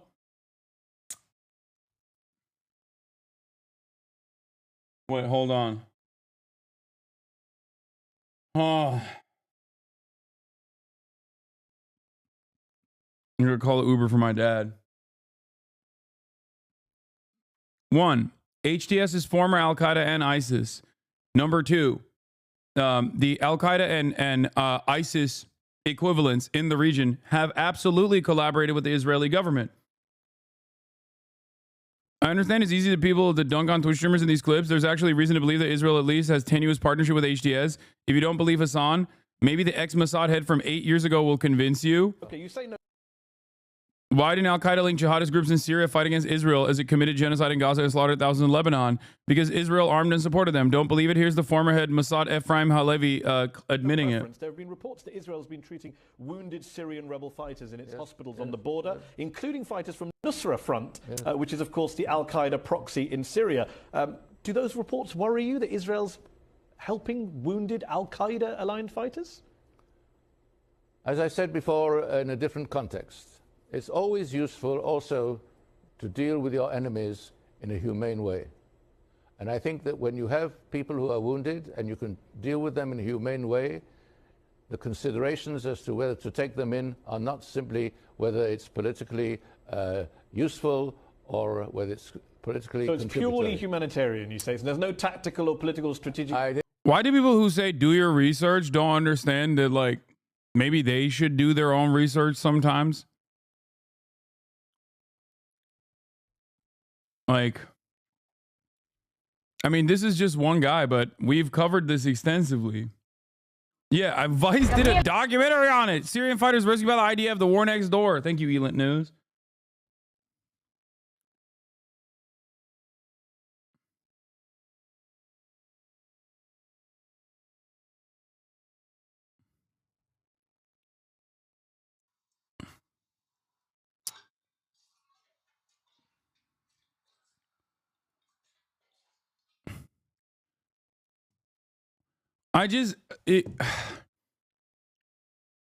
Bonerbox literally said he does his research a few days before he talks about the issues. I don't know why these guys like don't read up. I'll say this. Hate on me all you want, okay? But if you're a political commentator and your North Star basically is just shitting on me, you do end up misinforming your audience quite a bit. And I know that like there is a lot of, there's a market for this kind of commentary. But if your goal is to at least like do better propaganda or to a certain degree educate your to educate your followers, you're going to end up, you are going to unfortunately end up causing them to be misinformed. Hold on. I didn't say there's no tactical. I said the main consideration, the immediate consideration is humane. But the tactical issues involved, I mean, you know better than me the phrase blowback. You don't think there's going to be blowback against Israel if you get into bed with a group like Nusra Front? No, I don't think so. I don't think there's going to be blowback. Why? Because I think that, unfortunately, the rules of the game in Syria are such that you can do anything that is not possible to be done anywhere else. Yeah, I think people said that in Afghanistan too. Would you also treat Hezbollah fighters? No. I would not treat... Have you not just contradicted what you told me 60 seconds ago about humanely treating your enemies? No.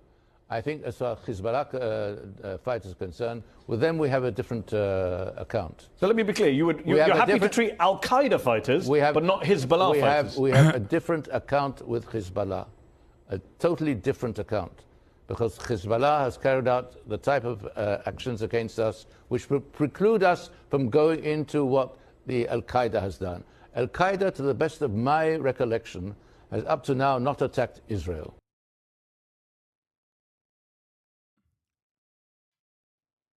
Yeah, I mean, that's like, that to me, I feel like is interesting, right? Wait, what the fuck? How do I? Yeah, the enemy of my enemy is my friend is the attitude here, which is why I think it's like really weird that these guys don't know that and are like openly posturing as though the people, my naysayers in this circumstance, are openly posturing as though they are as though I'm wrong. Like, very weird.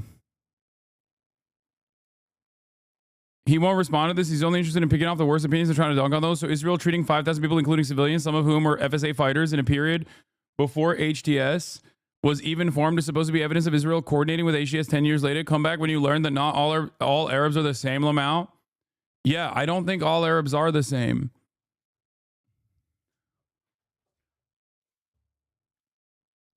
That's precisely why I'm saying groups like Al-Nusra are different. Groups that are directly Salafis, engaged in global jihad, engaged in ethnic cleansing, regardless of their change of attitude against other parts of the movement, like Al-Qaeda, that still doesn't, still doesn't change this outcome.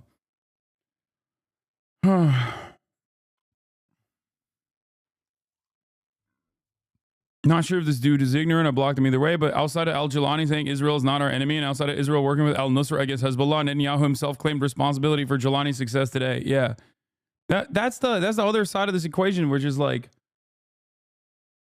is that like Israel's taking credit for it, and they're saying because we destroyed. Hold on, I got to keep running this video real quick and try to figure out my dad's LAX situation. Leader Abu Muhammad al-Jolani. He says the Assad regime is, in his words, dead, and explains how his forces have been able to sweep through Syria. Taking Hama, after taking Aleppo, I mean, how significant is this for you right now? From a military perspective, what comes after Hama will not be the same as what came before. However, I prefer not to be overly optimistic during the battle. I like to remain cautious and vigilant to avoid complacency and ensure we don't suffer losses while believing we are safe. What comes after this? What's after Hama? The course of the battle, as for the secrets of the battle, let's leave them to the unfolding events. You will witness them in reality, which is better than discussing them now. In a matter of days, you have taken major cities. What's changed? How are you able to do this now? In recent years, there has been a unification of internal opinions and the establishment of institutional structures within the liberated areas of Syria. This institutionalization included the restructuring within military factions. They entered unified training camps and developed a sense of discipline. This discipline allowed them, with God's guidance, to engage in a battle in an organized manner. The progress and execution of plans have been swift, with clear communication and adherence to commands. They stop where they should stop and withdraw where they should withdraw. The revolution has transitioned from chaos and randomness to a state of order, both in civil and institutional matters and in military operations alike. Some believe this is happening because the allies of the Assad regime, the Russians, Hezbollah, Iran, that they're weakened, they're preoccupied with other wars. And this is why we are seeing this happen right now. And the Syrian regime itself weakened. Is this what is happening right now? Is this why you chose to launch this offensive right now? As you know, we are still in the midst of the battle, and discussing such details at this time is not wise. But you faced more of a resistance in Hama than you did in Aleppo. What do you think happened? Why did the regime withdraw like it did? The seeds of the regime's defeat have always been within it.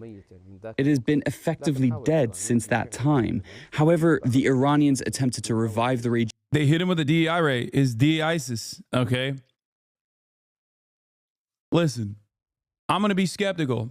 While I share the enthusiasm that many Syrians experience, many Syrians feel on this day, understandably, given that the Assad regime has been toppled, you know, it's going to be a little bit harder. A couple CNN appearances where he looks like Zelensky is not going to make me forget, at the very least, that he is a Al-Qaeda guy. You know what I mean? Is anyone angry at CNN for interviewing him like that Yemeni kid? Oh, dude, this is... The funniest thing is all of those people that got mad at me saying that I was interviewing a terrorist for interviewing a 19-year-old Yemeni kid who is not connected to the Ansar Allah movement at all, that they imagined his connections, are literally the very same people that are like, no, this guy is different now. You're fucking stupid. Like this guy literally has a fucking very long career. Like his resume is filled, okay? Filled to the brim. So for me, it's like, it's hard for me not to be worried. It's hard for me not to be skeptical. If that makes sense.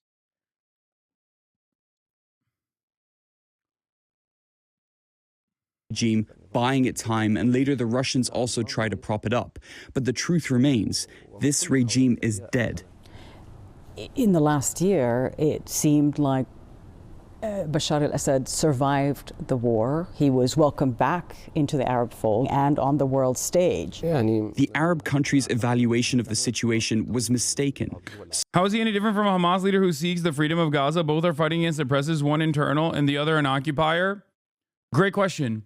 Hamas leadership is almost entirely preoccupied with the end of the Israeli sovereignty over Palestinian lands. Salafists and Al-Qaeda style, ISIS style groupings in the region actually have expansionist interests beyond simply some kind of liberatory reasons.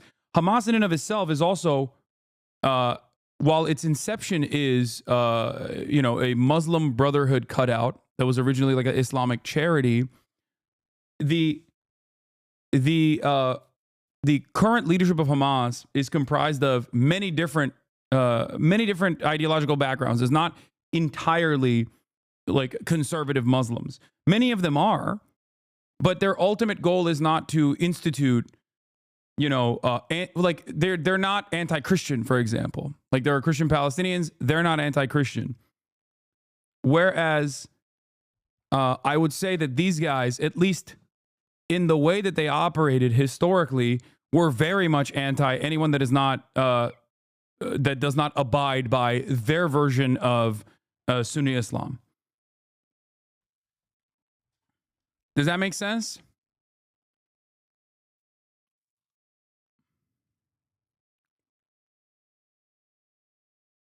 ISIS sees Syria as a base before expanding. Hamas sees Palestine as their home. Very different reasons for fighting. Yeah. Muslim Brotherhood is not remotely comparable to ISIS or Al Qaeda. No, I'm not saying it's comparable. I'm stating that while the origination of Hamas comes from Islamist fundamentalists, like it's true, these guys are fundamentalists ideologically. Okay, their actions and their goals are entirely different.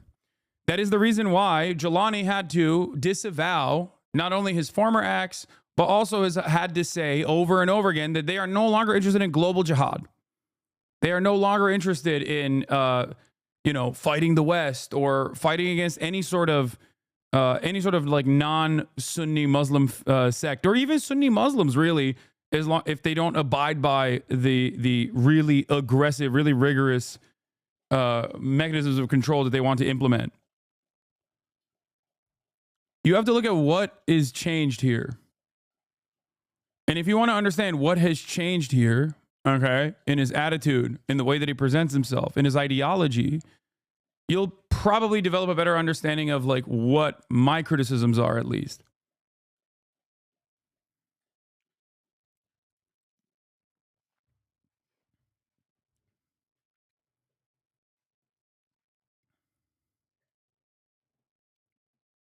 You need to learn about the different varieties of Islamism.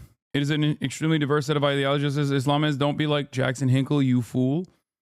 What? I use Salafis or ISIS or Al Qaeda as a catch-all, for the record. Regardless of the different opinions between like Wahhabists and the like. No, he's not wrong. Like what he's trying to say is that there are ideological differences. And I'm still talking to a Western audience and trying to explain this to the best of my ability to a Western audience that does not understand any of these distinctions. And I'm trying to use comparisons that people, I'm trying to use comparisons that will help people understand.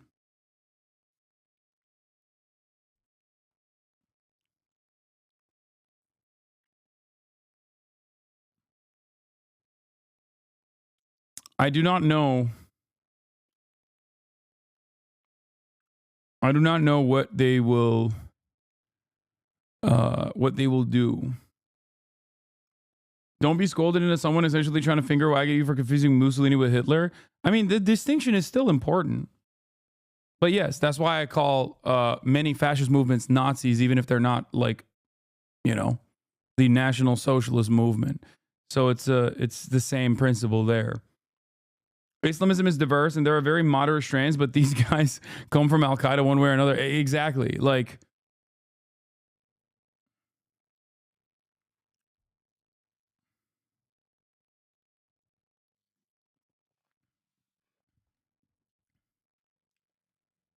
there's infighting there for sure. There were infighting amongst the Mujahideen factions as well in Afghanistan. So there's infighting within ISIS, Al Qaeda, Al Nusra, and HTS. But this is hard to ignore. Okay? Ale Baba.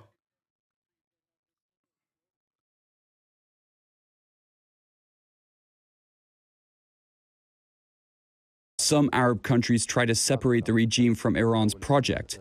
This is impossible. Even if the regime wanted this, it can't implement it. It's a subservient relationship.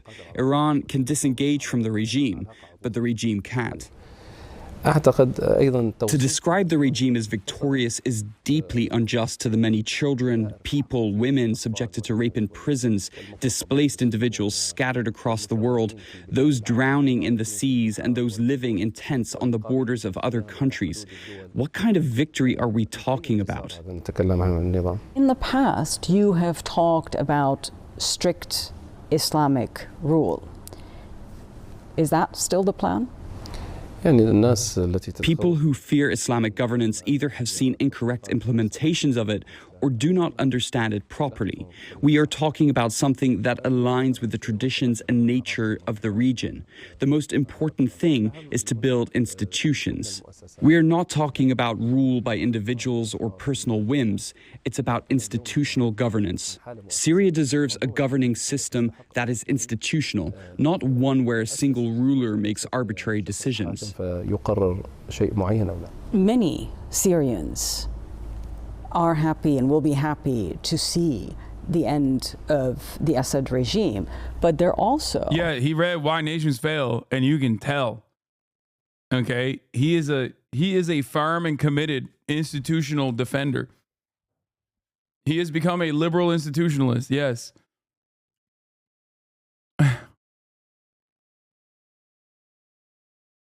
He's technically not wrong to the Oriental self-righteous r/atheism freaks in the chat, but he's also probably wrong because of his track record. Yeah, that's my only...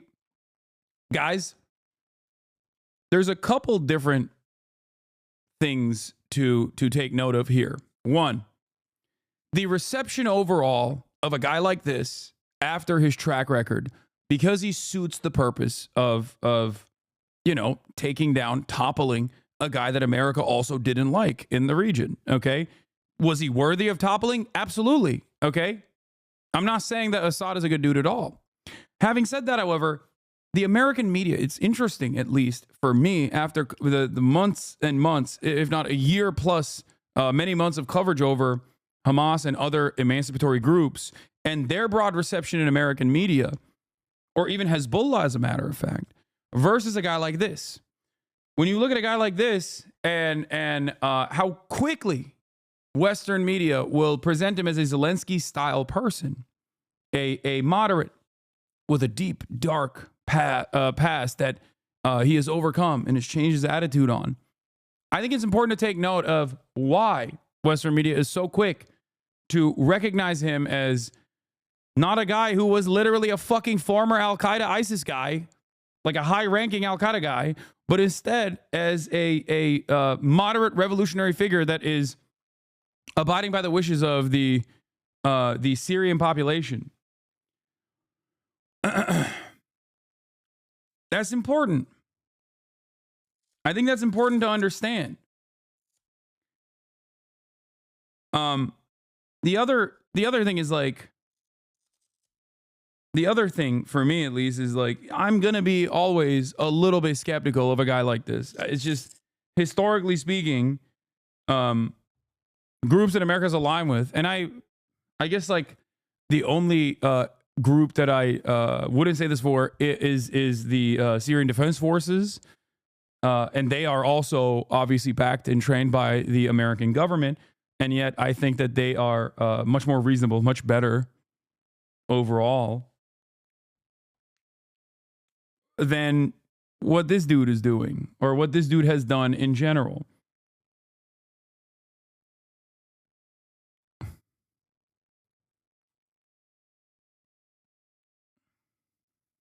He sounds like a communist. Lamau, Sharia government. Yeah, Sharia governance hasn't been implemented correctly. I like that there was someone said he's the he's not a Sharia Trotskyist. He does not think there should be a permanent global jihad, an international global jihad. He thinks there should be a jihad in one nation only. Yeah, no war, but no jihad, but class jihad. No more global jihad, just jihad in one nation only.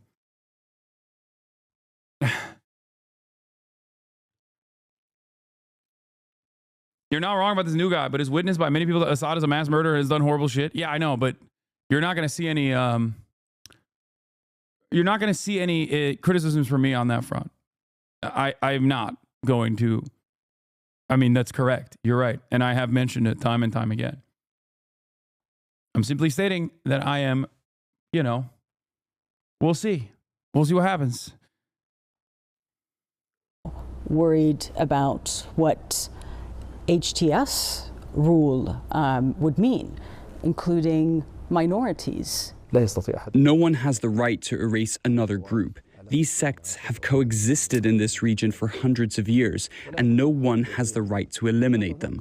There must be a legal framework that protects and ensures the rights of all, not a system that serves only one sect, as Assad's regime has done. Listening to you speaking, you've gone through quite the transformation. I think you're creating Islamophobic sentiment for having a Western audience.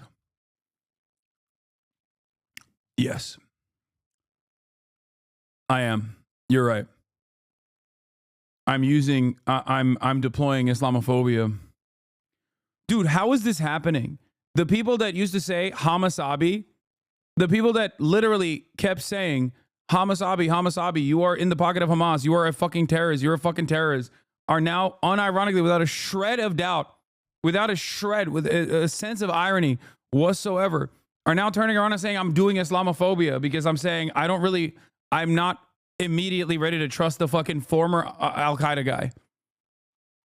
Like, that's insane. How does this work? I just don't understand it. Like, I don't. I genuinely can't comprehend how people have no cynicism, no media literacy, no critical thinking skills whatsoever, and they just simply operate on whatever the TV is saying is good. I believe it, and I will just fight for it. I will fight for it over and over again. Like, how the fuck did this happen? It doesn't make any sense.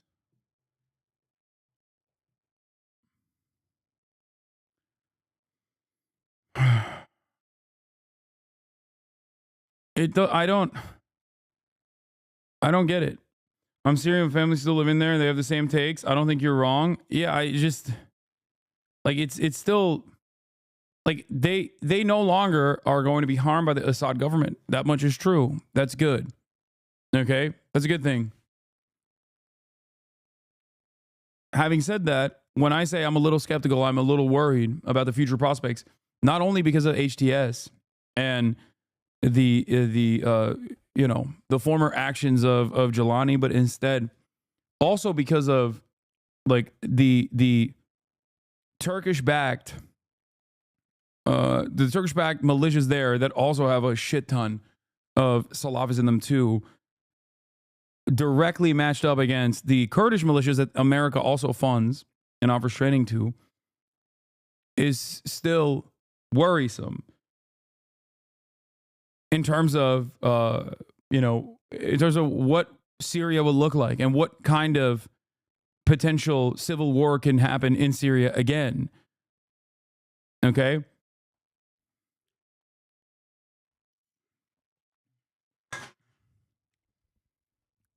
And this is not just my attitude on the matter. This is something that I think a lot of the regional actors are worried about as well. And we haven't even gotten into Israel. Like, we haven't even talked about how Israel benefits from this destabilization regardless.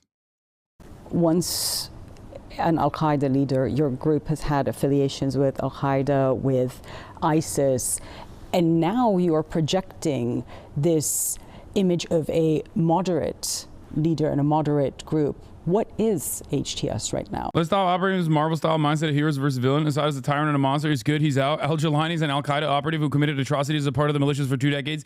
Yeah, I said that, and then people get mad at me, and they say, you're not woke enough. You're doing Islamophobia on Jelani, who is now reformed. Like, how dare you? Like, do you not understand the issue here? Which is why I can't, like, explain. Like, I keep repeating myself over and over again because there's, like, hella people in the chat going, no, you don't understand. Jelani is good. Like, that's what's crazy about the situation. ISIS. And now you are projecting this image of a moderate leader and a moderate group. What is HTS right now? Hayat Tahrir al-Sham is one of the factions in the region, just like all the others. Now we're talking about a larger project. We're talking about building Syria. Hayat Tahrir al-Sham is merely one detail of this dialogue, and it may dissolve at any time.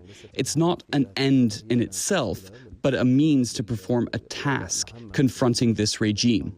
Once that task is complete, it will transition to a state of governance, institutions, and so on.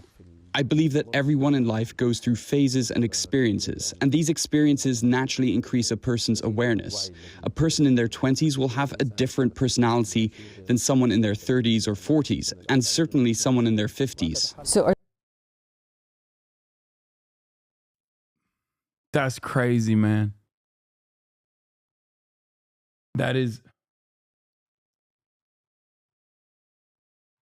That's actually wild. He said it was just a phase. You know, my Al-Qaeda,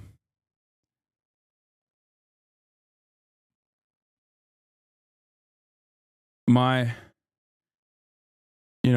moment, my Al-Qaeda moment was just a phase. You have the same take as him when it comes to being reformed? I do. It's just that it's hard for me to believe that. For him, at least. At least for the time being. He's not like a fucking YouTuber who used to be edgy. Okay? Like, what are we talking about? You cannot compare a former YouTuber in like the fucking PewDiePie era who said like an anti-Asian slur or something, who has apologized for it many years past, to a motherfucker who was, whose phase was beheading Christians. Like, what are you talking about? Like,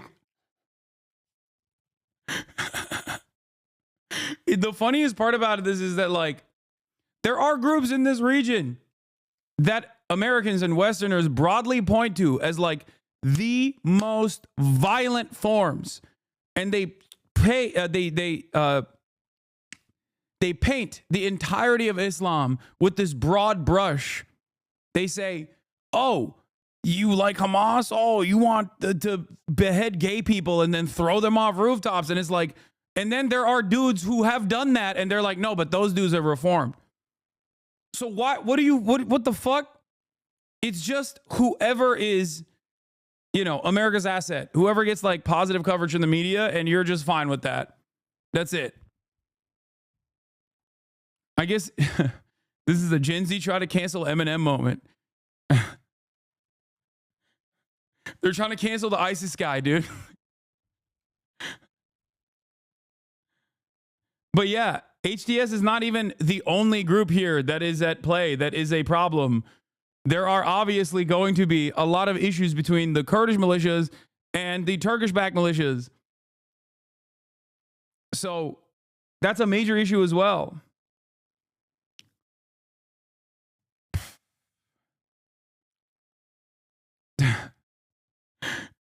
These people used to say I'm a pan-Turanist and also a neo-Ottomanist who wants to restore the Ottoman Caliphate. And when I actually because they haven't paid attention to my criticisms of Turkey's actions in Syria beforehand, okay, specifically against like the Kurdish areas, specifically against the Kurdish territories, they now are unironically taking the pro-Turkey position. If I was a secret Erdogan supporter or a secret neo-Ottomanist, this would be a fantastic opportunity. I'd be like, this is great. Erdogan has shown once again that he is the guy in the region, okay? He is the fucking man in the region after this past week. Straight up. He packed that shit up. He did.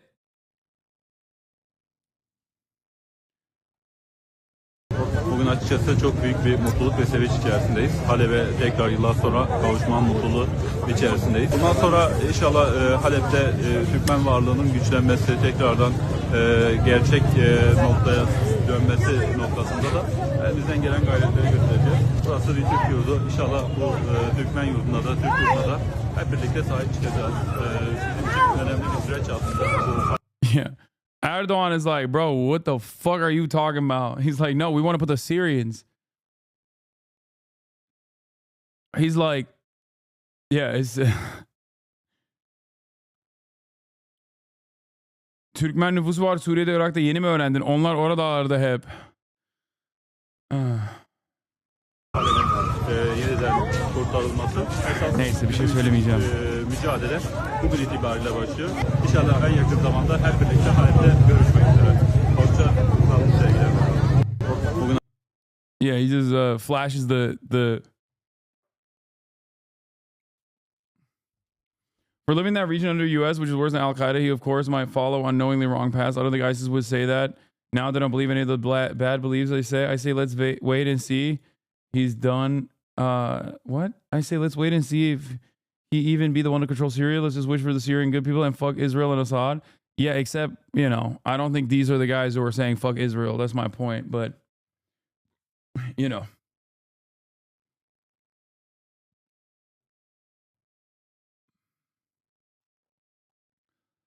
Why does Turkey have such a hard bone against Kurds that they won't leave the Syrian ones alone? There are a shit ton of Kurds as an ethnic minority in Turkey, and any sort of nation state project for the 35 million ethnic Kurds that live in diaspora that don't have a nation state for themselves is always going to be a significant threat, political threat internally. So for them, I think the Turkish government's interest is a Kurdish nation state that they have designs for, rather than one that is backed by America, like an American Israel, but for Kurds. So that is, you know, they will consistently continue to dominate all of the areas where Kurds live. And that's it.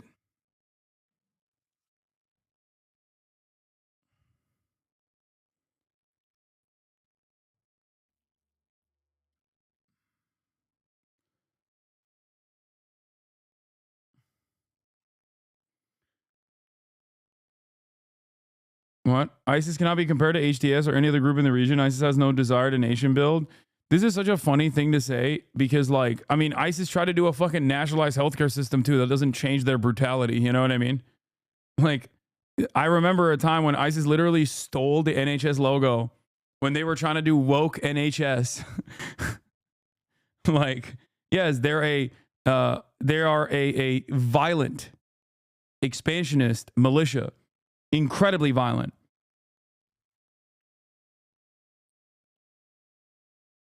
But to say that they have no interest in like nation building, you just don't agree with it, and I don't either. But you know, the name Islamic State, it's literally in the name. The second S is state. That's what the first S comes from. The second letter in ISIS is literally state. Okay? Are those days behind you? Sometimes it's essential to adjust to reality, and because someone who rigidly clings to certain ideas and principles without flexibility cannot effectively lead societies or navigate complex conflicts like the one happening in Syria. People listening to this are going to wonder why they should believe you. You are still a specially designated global terrorist by the United States with a $10 million bounty on your head. Your group is a prescribed terrorist organization by the United States, by the UN, by the EU, and others. I say to people, don't judge by words, but by actions.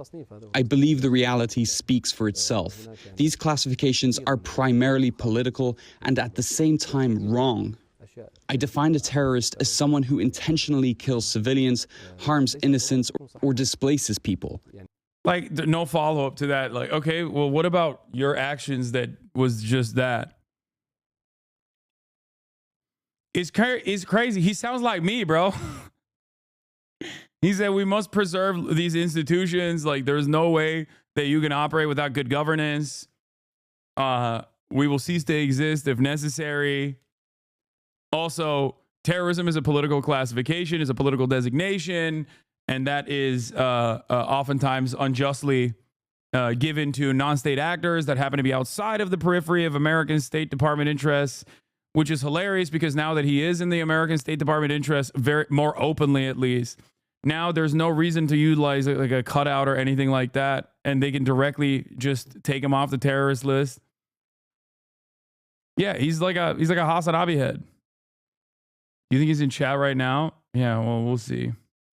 Islamic governance inherently contains numerous socialist policies, so it's not outlandish for him to have these takes. I mean,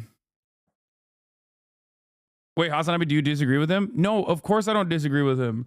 But who's saying this and why they're saying it also matters. Yes, on its face, he's saying all the right shit. Okay, I agree. He is repeating a lot of the things that I have said many, many times over. The problem is, you know, it's important to recognize what he has done. If we're being honest, many of the wars waged by major powers in Arab, Muslim, and even non-Muslim countries have involved the deliberate killing of thousands, the destruction of homes, and the displacement of millions. Even the regime itself is guilty of such actions. But the US and others would say is that you were parts of groups that did exactly that. Personally, I have not done these things. The situation must be understood in its historical context. There was a massive war in Iraq that deeply stirred people's emotions, prompting many to go there. The circumstances of that war led people to various places, and my path led me to one of those locations. Given my level of awareness and my young age at the time, my actions evolved to where I am today. I didn't go to Iraq with those intentions. I went to defend the Iraqi people.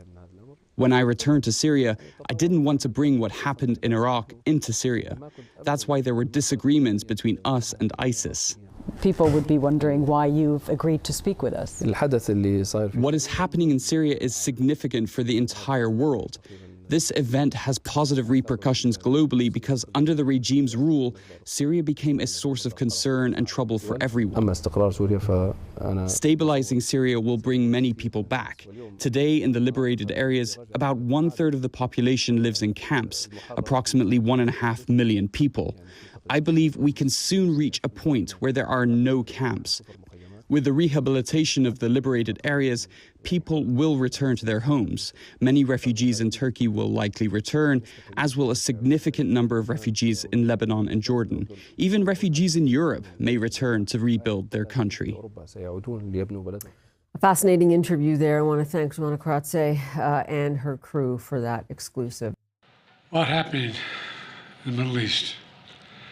After 13 years of... Just to confirm, you're a profile of Assad, but are wary the current groups at play seizing power just hopped on. Assume you weren't going full tanky. What do you mean going full tanky? Like, I don't know why people just like imagine the positions of other people. No, I'm not pro-Assad. Of course, I'm not pro-Assad. I do recognize that there are obviously going to be a lot of sectarian. There's going to be a lot of sectarian infighting that occurs. Also, I'm very skeptical of the fucking former Al-Qaeda guy. That's it. That's the most like reduced, most condensed take. Chatter wants to clip you? Yeah. Ay, ay, ay.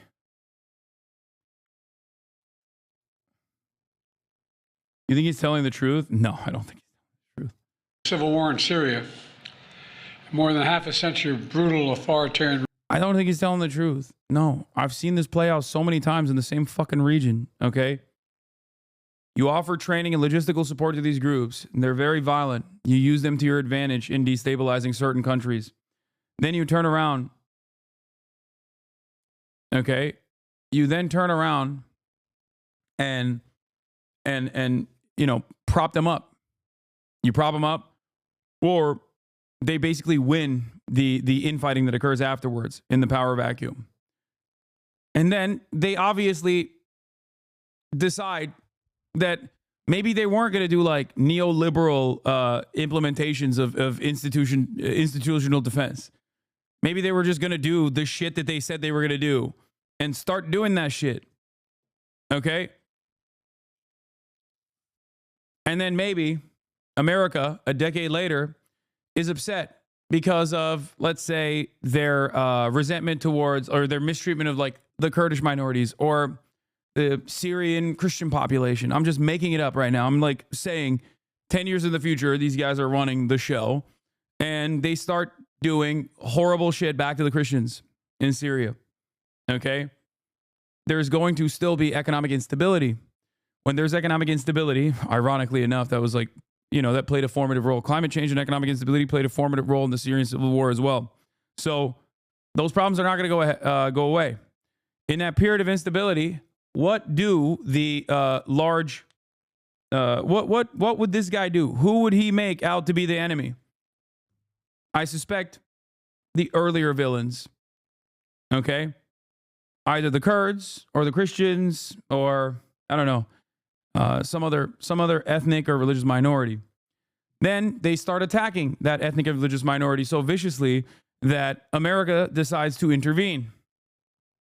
Okay? Now they're mad. Now they're mad again. Well, that's how 9/11 happened. Last time, at least.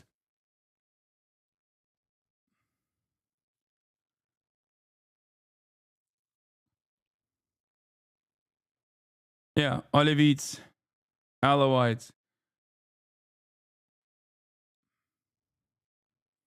With the recent collapse of the Assad regime in Syria, the game changes dramatically. It's a big loss for Russia and Iran, which is good.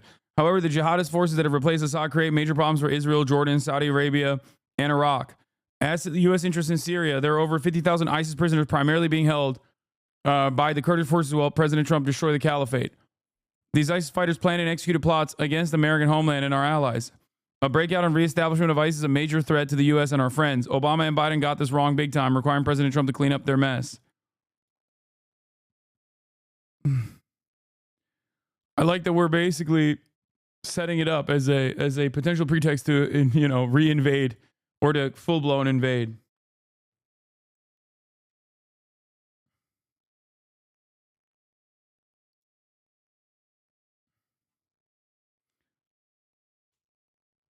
You oversaw the ethnic hate on groups in the region. Muslims and Christians have always coexisted in the region peacefully, especially in Syria. No reason for that to change.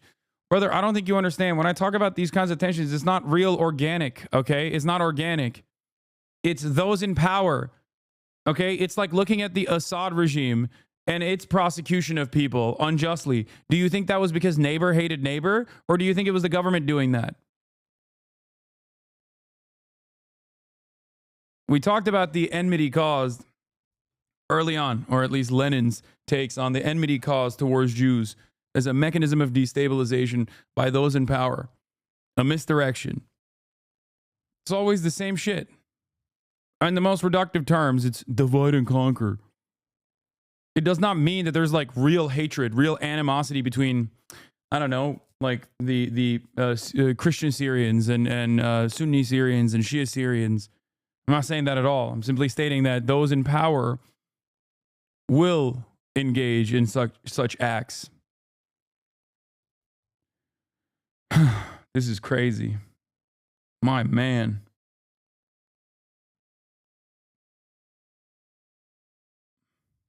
Ruled by Bashar Assad and his father before him.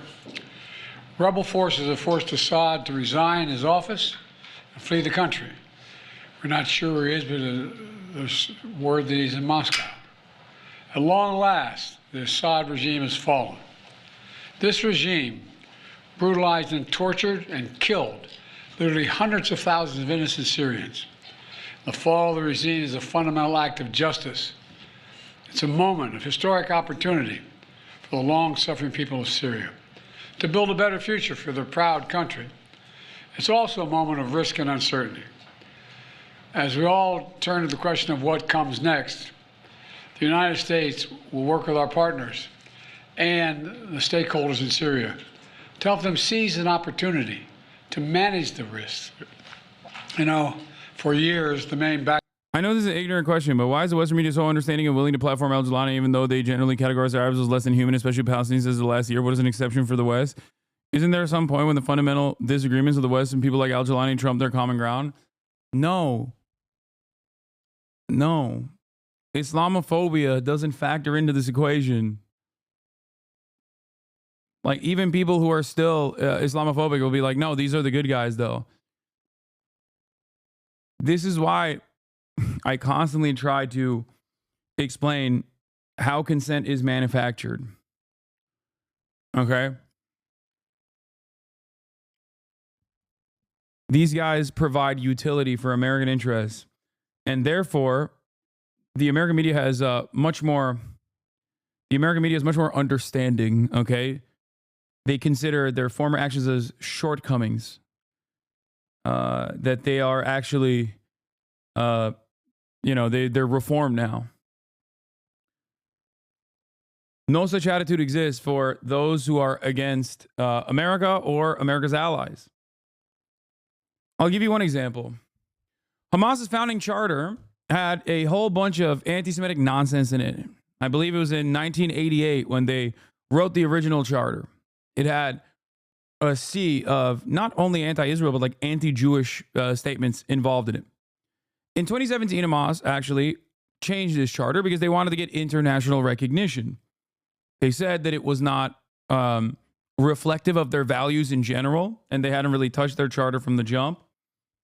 So they decided we're going to be more reasonable in our governance, and also we are going to change the structure of our charter, change it in its entirety. In 2017, they reformed and wrote a new charter that completely carved out all of the, completely cut out all the anti-Semitic shit and basically said, this is just about Israel, yada, yada, yada.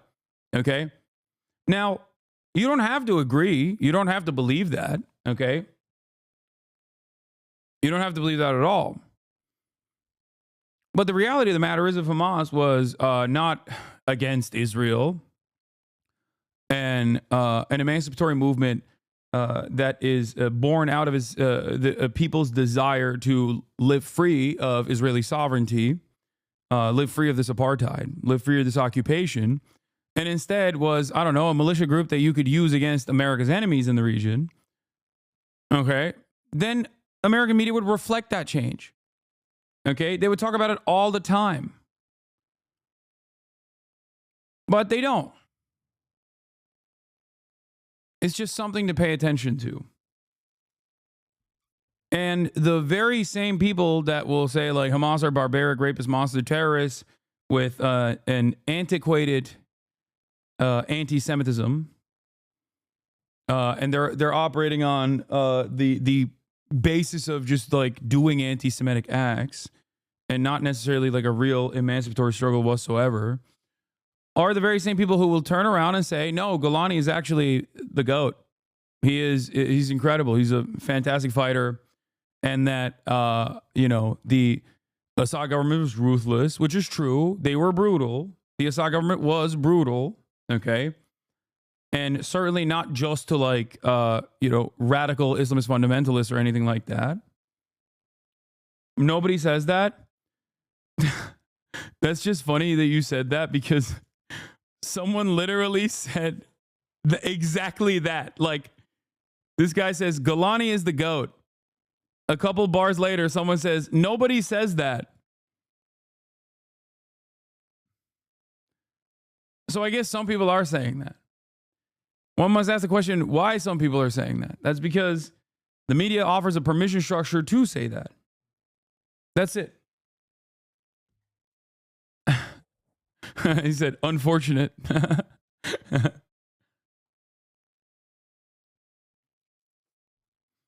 Anyway, I'm simply stating that I am still very much worried. And it's not just Jelani either. My fears are not specifically around Jelani. I think that it's good that many Syrians now feel that they can go back to Syria to be with their families. That's a fucking fantastic thing. That's an incredible thing. It's an incredible moment. It's worthy of celebration.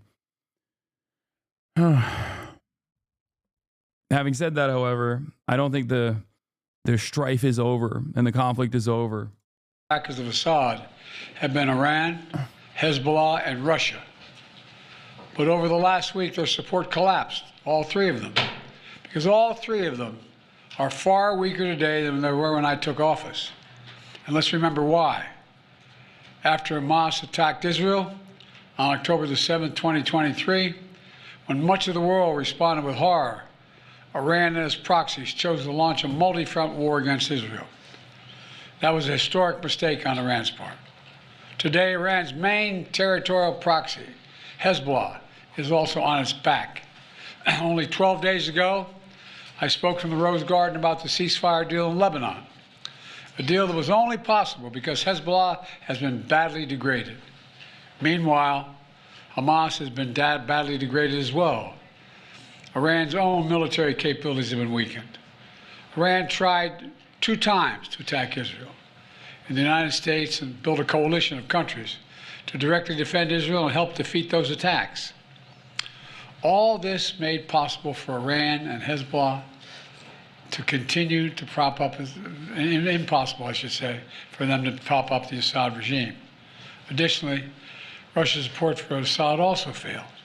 And that's because Ukraine, backed by our American allies, has put up a wall of resistance against the invading Russian forces, inflicting massive damage on the Russian forces. And that has left Russia unable to protect its main ally in the Middle East. Excuse my cold. The upshot for all this is, for the first time ever, neither Russia, nor Iran, nor Hezbollah could defend this abhorrent regime in Syria. And this is a direct result of the blows that Ukraine, Israel, have delivered upon their own self-defense with unflagging support of the United States. You know, over the past 4 years, my administration pursued a clear and principled policy towards Syria. First, we made clear from the start sanctions on Assad would remain in place unless he engaged seriously in a political process to end the civil war, as outlined by the UN Security Council resolution passed in 2015. But Assad refused, so we carried out a comprehensive sanction program against him and all those responsible for atrocities against the Syrian people. Second, we maintained our military presence in Syria, our counter-ISIS, to counter the support of local partners as well on the ground, their partners, never ceding an inch of territory, taking out leaders of ISIS, ensuring that ISIS can never establish a safe haven there again. Third, we've supported Israel's freedom of action against Iranian networks in Syria. And against I did cover the torture prison earlier today, Assad's torture prison. Please, I beg you, cover the Sidnaya freeing of the political prisoners, over 100,000 political prisoners in a nightmare known as a human slaughterhouse. Yeah, I covered it earlier. Against actors aligned with Iran who transported lethal aid to Lebanon. And when necessary, ordered the use of military force against Iranian networks to protect U.S. forces. Our approach has shifted the balance of power in the Middle East. Through this combination of support for our partners, sanctions, and diplomacy, and targeted military force when necessary, we now see new opportunities opening up for the people of Syria and for the entire region. Looking ahead, the United States will do the following. First, we'll support Syria's neighbors, including Jordan, Lebanon, Iraq, and Israel, should any threat arise from Syria during this period of transition. I will speak with leaders of the region in the coming days. I had long discussions with all of our people earlier this morning. And I'll send senior... I can't tell if his liver is failing and that's why he's so yellow, if it's the lighting, or he's been getting some tan. But yeah, that's the foreign policy goat right there, chat. You want to know the real foreign policy goat? There it is. Liderler arasında zaten 2 kişi kaldık. There are only 2 people left among the leaders in the world. Şu anda bir ben varım. Just me. Bir de Vladimir Putin var. And Vladimir Putin.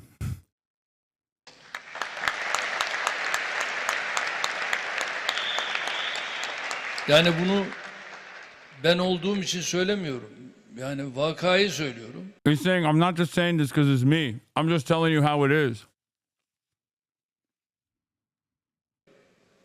Tabii 22 yıl bu fakirin görev süresi var. For 22 years, I've been working. Neredeyse bir o kadar da Sayın Putin'in var. Diğerleri hepsi elemine oldu. Yeah, Putin has also done that. Everyone else has been either eliminated or they've left. Şu anda tabii süreç devam ediyor. Temennimiz odur ki bu münasebetleri bu diyalog içerisinde sürdürmeye devam edelim. Tabii Merkel'in Almanya siyasetinde onulmaz bir yeri vardı. Saying Merkel is irreplaceable in German politics. Mesela fakiri niye çevirmedin? As a fake humble. Değil mi? Kendine fakir demesinin sebebi şey. Yani neden kendine fakir diyor bilmiyorum.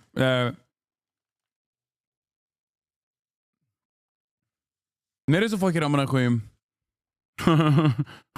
O adam fakirse hepiniz ölüyorsunuz yani. Merkel gittikten sonra Almanya'da siyaset bitti. He says after Merkel leaves, politics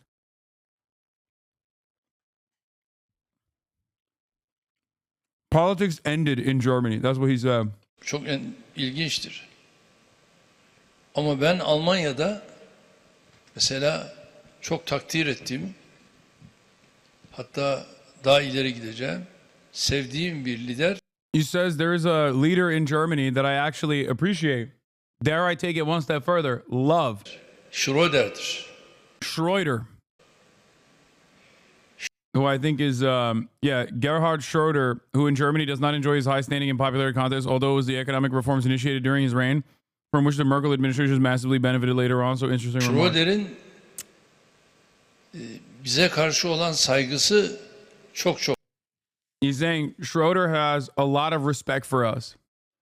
It's kind of funny because, like, for him, everything revolves around respect for Turkey. Is Turkey at the table? Is Turkey the table? And for the record, this past week has shown Turkey is the entire table. Not just at the table. Turkey is literally the fucking table, and they just flipped the table. Bizi kıskanıyorlar abi. Yeah. Yes, Turkey does have free healthcare. Turkey has a nationalized healthcare system alongside a private insurance, if you would like, as well. Çok farklıydı ve hakikaten iyi bir liderdi. He's saying Schroeder was Bizimle different and olan very good. münasebetleri çok farklıydı. Ve Ramazan'da mesela benim oturduğum masada Schröder bira filan içmezdi. He's saying during Ramadan, Schroeder used to respect him. And wouldn't drink beer at the same table that he was sitting at during Ramadan. Again, everything revolves around his own. Everything here, his entire analysis is conducted on the virtue of, do they respect me or not? Böyle saygısı olan bir insandı. Farklı bir insandı. He's a different guy. He had a lot of respect. Bizim mesela Schröder'le şu anda hala. Okay, he's just still glazing Schroeder. I don't really care. The important part about it was when he said, it's just me and Vladimir Putin. We're the only two fucking leaders. No one else. And he also pointed to his longevity. Yesterday, one moderate rebel leader gave a nice speech. Oh, this is gray zone, so I don't know. Aleppo's Al Ravda Mosque, promising that the Harmony residents, even if they're from any other Muslim sect or Christians or Armenians, today they uploaded a new video showing them beating defenseless Kurds. Yeah, I don't know when that video is from. But I do know that they're already fighting. There is already some infighting happening. U.S. forces conducted over 75 precision airstrikes in central Syria, targeting ISIS camps and operatives. CENTCOM vows to prevent ISIS from reconstituting or conducting external operations. Also, Israel has, this is sourced by the New York Times, Israeli ground forces have passed the demilitarized zone and crossed into Syrian territory for the first time since 1973, Israeli officials say, according to the New York Times. Israeli ground forces advanced beyond the demilitarized zone on the Syria-Israel border over the weekend, marking their first overt entry into Syrian territory since the 1973 October War, according to two Israeli officials speaking anonymously to discuss sensitive developments. The Israeli deployment came amid a successful push by rebel groups in Syria to drive President Bashar al-Assad out of power and out of the country, prompting neighboring states to brace for more regional instability created by the southern fall and fight. Now, what I don't understand is Israel has collaborated on that same fucking border with al-Nusra in the past, like directly. Something that Loner Box and all those other fucking losers don't know about, which is why they were criticizing me. But they have directly considered when that video was of SNA fighters, not HTS, by the way. Oh, thank you for course correcting, Elit News. I feel like a lot of people are getting SNA confused with HTS. SNA is the Syrian National Army that is backed by the Turkish. They're still pretty radical themselves. There's plenty of elements within the SNA that are radical, but they are the ones who fucking hate the Kurdish militias. Now, going back to what I was saying about Israel. What was the border scuffle that they had? Or not scuffle, but like Israel al-Nusra collaboration. Let's see. I mean, this is from Al Monitor, but this was are Israel and Jabhat al-Nusra coordinating on attacks in Syria. Israel has arrested a Syrian Druze man who documented contact between Israel and the al-Nusra front. Israel offered medical help to fighters as well. So why am I mentioning this? Why am I mentioning this? They have also given weapons. IDF chief finally acknowledges that Israel supplied weapons to Syrian rebels. Don't believe any mainstream news you read on the internet? Okay, dog. Hassan is not even Muslim anymore. He needs to revert to Islam. If he didn't grow up in Islam, he wouldn't have this opinion on Syria and Erdogan. America has brainwashed him. Wait, what?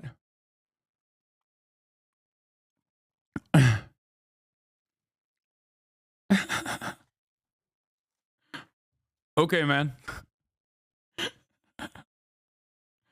Anyway, outgoing IDF Chief of Staff Gadi Eisenkot this weekend acknowledged for the first time that Israel has indeed provided weaponry to Syrian rebel groups in the Golan Heights during the country's 7-year civil war. Until Sunday, Israel would say officially only that it had given humanitarian aid to Syrian opposition groups across the border, while denying or refusing to comment on reports that it had supplied them with arms as well. So what's really interesting about this is, well, they have collaborated with al-Nusra in the past. They have collaborated with, like, HSD style groups. Okay, maybe not directly with HSD, but I would assume, HTS. But what I don't understand is why, if they have collaborated with al-Nusra, and they're saying Israel Prime Minister helped topple Assad, but it wasn't planned. It just happened to be, kismet. Right? And then why are they invading Syria? Why are they going further into Syria? The Israeli deployment came amid a successful push by rebel groups in Syria to drive President Bashar al-Assad out of power. Why are they doing that? If they were so worried about, the groups that come after, this is the peak. Groups that Israel has worked with, successfully collaborated with openly, they are now in charge of large swaths of the Syrian lands. So why is it that Israel now has additional security concerns? It's very interesting. One statement, two languages. There's one sentence that's pretty important that Netanyahu says, only in English, not at all in Hebrew, about the presence of IDF in the buffer zone. This is a temporary defense position until a sustainable arrangement is found.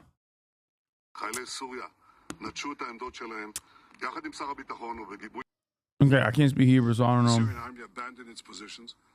We gave the Israeli army the order to take over these positions to ensure that no hostile force embeds itself right next to the border of Israel. This is a temporary defensive position until a suitable arrangement is found. Equally, we send a hand of peace The Syrian army Interesting. But Israel, which borders Syria, it has deployed additional forces to the occupied Golan.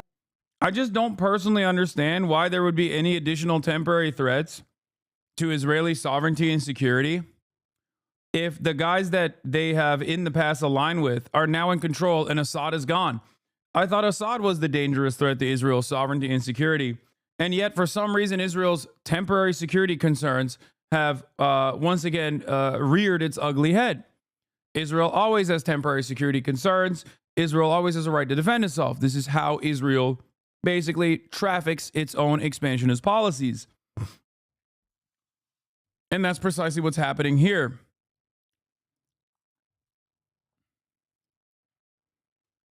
Anyway, from what I understand, here is obviously our Yemen researcher, Alden Markey. I don't know if he's in the chat right now. He says, now that Assad's government has officially collapsed and he has fled Syria, Yemen can now finally address in public what happened to its Syrian embassy.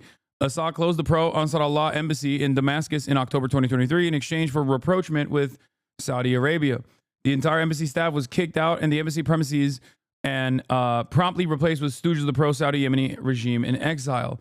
I happen to speak very cordially with both of the two Yemeni ambassadors before Assad turned everything to shit. The October 2023 closure was very embarrassing and bewildering. There was no prior notice, nothing. What? Syrian analyst on Israel's invasion of the north? Okay, that's Syrian girl, and she is not a quote-unquote Syrian analyst.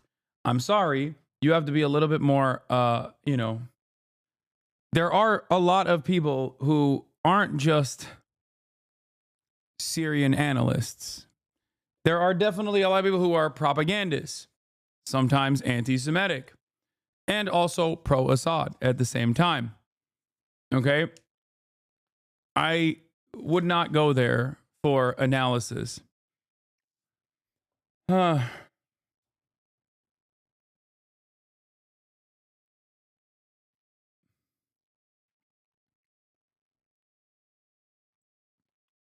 So yeah.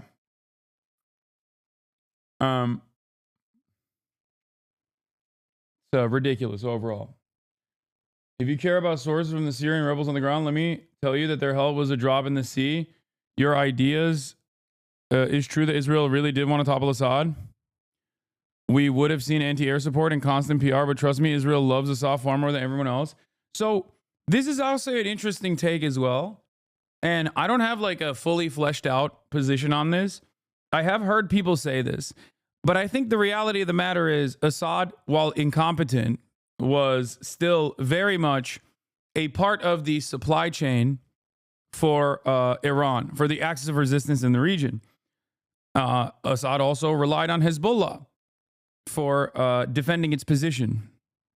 So I think while he wasn't necessarily pro-Palestinian emancipation, especially the direct issues that the Palestinians had, that Hamas specifically had with the Assad regime, and early on Hamas's support for the revolution, I think caused a lot of disagreements and genuine like a real issue for Assad in general. So while they were still in alignment due to Iran basically utilizing Syria as a way to bring in weapons into the region, they weren't like a major power player. He compromised for literally all sides just for the sole purpose of staying in power. He made so many promises to Israel as we saw them give intel on Iran. This is what the Iranian government is saying as well. They're saying that like Assad was potentially giving Iranian positions away, intel away to Israel. I mean, I don't know. I get it. I mean, he was a fucking major opportunist and really bad. Yemeni officials articulating frustrations that they have with the Syrian government of Assad, the most major one being that they have requested the Syria assist in opening a front in the occupied Golan Heights against Israel, and each time the Syrians refused. Yeah. The wider understanding of the region is that any government in power in the Middle East in some way benefits the American interest and by extension Israel's. Maybe not directly, but some to an extent. And yes, that includes Iran. Yeah, I think at the end of the day, Assad is he doesn't always consistently play ball in the same way that like Gulf states do. And even then, Gulf states don't always consistently play ball in the way that America wants, which is why Israel has to be there. So if you don't consistently play ball with America and Israel, then you will get toppled inevitably, especially if you already are a brutal tyrant. And due to your brutality, there is a very valid reason for people that want to topple you. America will always go in and use that to their advantage. And that's it. It's like Trump. Assad loves Assad and not much more. I mean, I guess. Well, speaking of Trump, Tulsi Gabbard also likes Assad.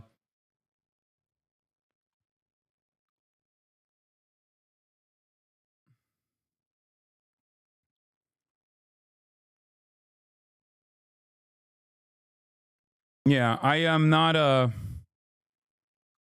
just posting this here for the chatters. Please never go to her for analysis. She's a genocidal maniac. Okay, Elent News, let's be real. There's a lot of fucking genocidal maniacs on OSINT Twitter, okay? Many of them overwhelmingly are genocidal maniacs at the behest of Israel, so it doesn't track in the same way. But I am pretty consistent in my position of not listening to any genocidal maniac, whether they are ostensibly on my side of any sort of political struggle, which she is not, regardless. But let's make no mistake, okay? I know what OSINT Twitter looks like. They fucking comprised entirely of genocidal maniacs of different varieties of things, or of different ideological background. Golan Heights area, and during the last year is understood to have carried out several airstrikes on groups which support Hamas and Hezbollah as its wars in Gaza and then Lebanon were underway. The Israeli military is also reported to have struck Syrian military compounds near Damascus early today, including weapons depots. The Israeli Prime Minister Benjamin Netanyahu posted these comments on the fall of the Assad regime in Syria to his social media accounts. This is a historic day for the Middle East. The collapse of the Assad regime, the tyranny in Damascus, offers great opportunity, but also is fraught with significant dangers. This collapse is a direct result of our forceful action against Hezbollah in Iran. I also do hate that he's so happy about this. Like, it does benefit him. Instability in the axis of resistance supply chain, regardless of Assad's like lack of interest in helping Palestinians, instability in the axis of resistance supply chain is good for Israel. So for him, this is fantastic. They've crippled Hezbollah's leadership. They've bombed every fucking Shia village in southern Lebanon. So now the Lebanese economy is already destroyed, and now they have to do a period of reconstruction to make sure that they, to make sure that that people can still survive in that area.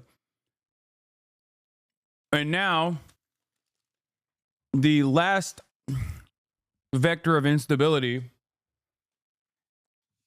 a massive country in the region that was utilized as a part of the Iranian supply chain, is no longer controlled by a guy who is somewhat unstable from his perspective.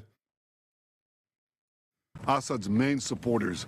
It set off a chain reaction of all those who want to free themselves from this tyranny and its suppression. But it also means we have to take action against possible threats. One of them is the collapse of the Separation of Forces Agreement from 1974 between Israel and Syria. This agreement held for 50 years. Last night it collapsed. The Syrian army abandoned its positions. We gave the Israeli army the order to take over these positions to ensure that no hostile force embeds itself right next to the border of Israel. This is a temporary defensive position until a suitable arrangement is found. Soon before Erdogan's assault in Syria, Netanyahu literally threatened Assad and his beast, saying he's playing with fire.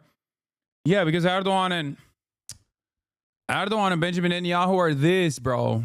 This. They are. Recep Tayyip Erdogan is a servant of Western interests. It does not matter that he plays both sides. It does not matter that he has trade relations with Russia. It doesn't matter that he has trade relations with China. Recep Tayyip Erdogan oversees the second largest military in NATO. Recep Tayyip Erdogan oversees America's nuclear arsenal in the Incirlik base. Anyone that tries to tell you that Recep Tayyip Erdogan and Benjamin Netanyahu are not directly aligned only hear what he has to say in public, and he has all the smoke for Israel in public. He always says, like, fuck you, Israel. You are Netanyahu. He says a number of different things.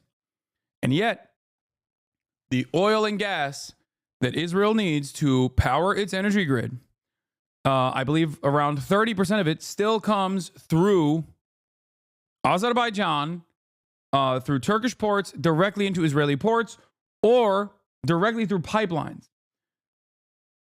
Okay? Israel uses a radar in Turkey to protect the sky, that too. Turkey has also always trained Israeli Air Force fighters. That is incorrect. No, it's not.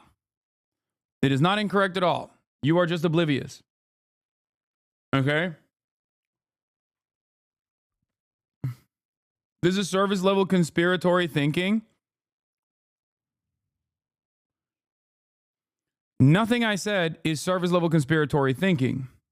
You're coping because you want Erdogan to be this, liberator in the region. You want to fantasize. You want to fantasize that Recep Tayyip Erdogan is going to, I guess, like restore the Ottoman Caliphate to its glory or some shit. Okay, that he cares about the Ummah. Turkey and Israel are at odds? No, they're not. Turkey and Israel have never been at odds, and they will never be at odds.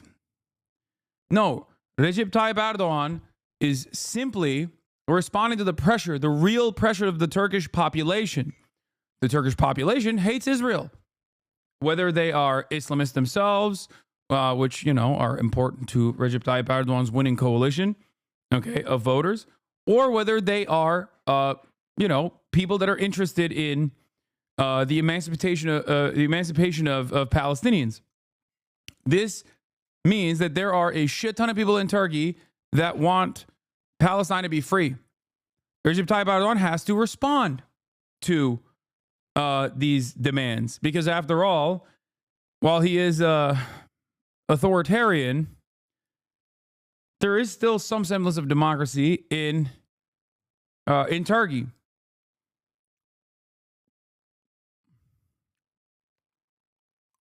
And that's precisely what's happening here. A better statement would be any government is Turkey will always be hand in hand with Israel, even if it wasn't Erdogan. Yes, that is true. No matter what happens, no matter who's in charge, as long as Turkey is a NATO nation, it will always be pro-America. And obviously, America's major interests in the region are to defend Israel unconditionally. But this is very beneficial for Erdogan in general. Not only does he get to enjoy the freedom, he gets to, bully like European allies every now and then. And also simultaneously, he gets to pummel Kurdish forces in northern Syria and maintain control over big parts of Syria. And that benefit is now playing itself out in the way that the Assad regime was toppled by Turkish-backed forces. So there it is.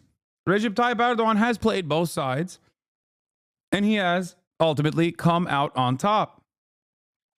Equally, we send a hand of peace to all those beyond our border in Syria, to the Jews, to the Kurds, to the Christians, and to the Muslims who want to live in peace with Israel. We're going to follow events very carefully. If we can establish neighborly relations and a peaceful relations with the new forces emerging in Syria, that's our desire. But if we do not, we'll do whatever it takes to defend the state of Israel and the border. Well, that was Benjamin Netanyahu. Well, let me go now to Charles Lister, who is in Doha. Sorry, we're going to go to our guest in a moment. First of all, let's hear from John Donaldson, who's got... Charles Lister is the guy that's like moderate jihadis guy. I mean, his analysis on Palestine is really good. But on Syria, he's a little bit, I don't know. He hates Muslims, dude. This motherfucker's Islamophobic as fuck. I hope karma catches up. Yeah, there's no such thing. This analysis of Netanyahu's statement from Jerusalem. Evil always thrives, chatter. There's no karma catching up. It's funny to see cabinet ministers saying this occupied region is a security belt from Syria to the Golan Heights because the whole justification for occupying it. Yeah, exactly. The whole justification for occupying and annexing the Golan Heights is that Golan Heights is a security belt for northern Israel. We're doing security belt inception. No, it's the same tactic. It's always the same tactic. You go in, you say, we have real security concerns. We have people living there. We have real security concerns. We have to push the boundary. Then you annex that boundary that you pushed. Okay? Then you repopulate that area.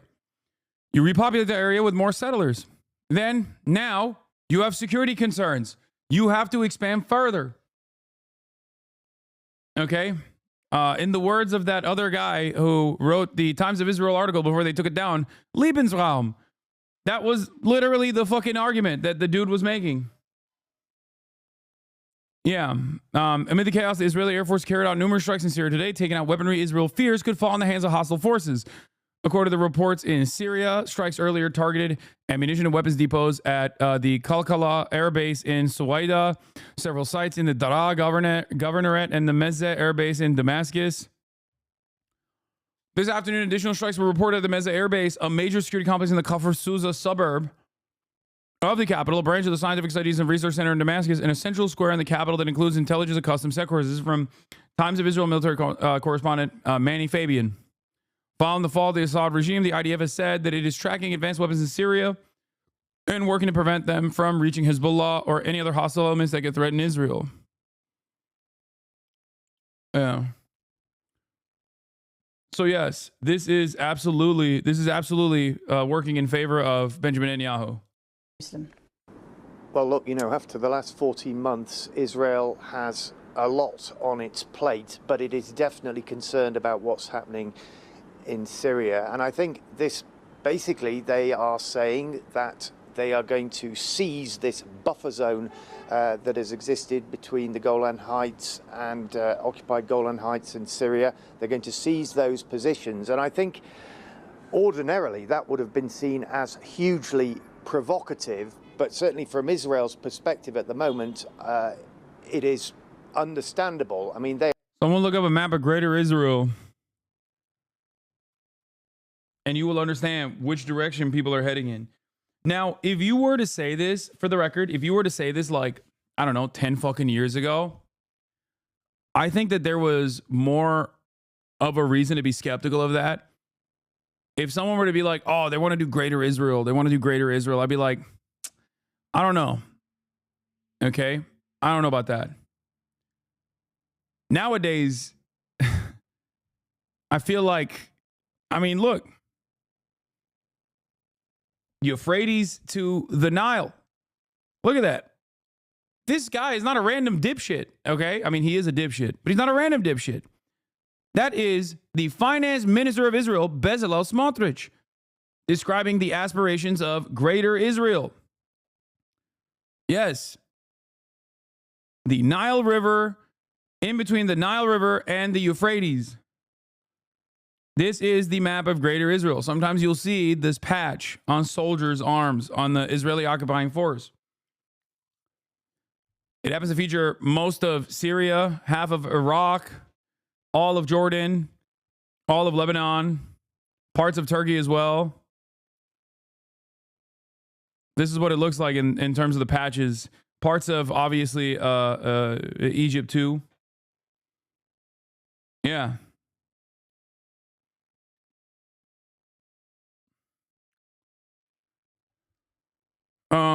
I believe it's also in the Likud charter too. Yeah, also Saudi Arabia to a certain, Saudi Arabia too.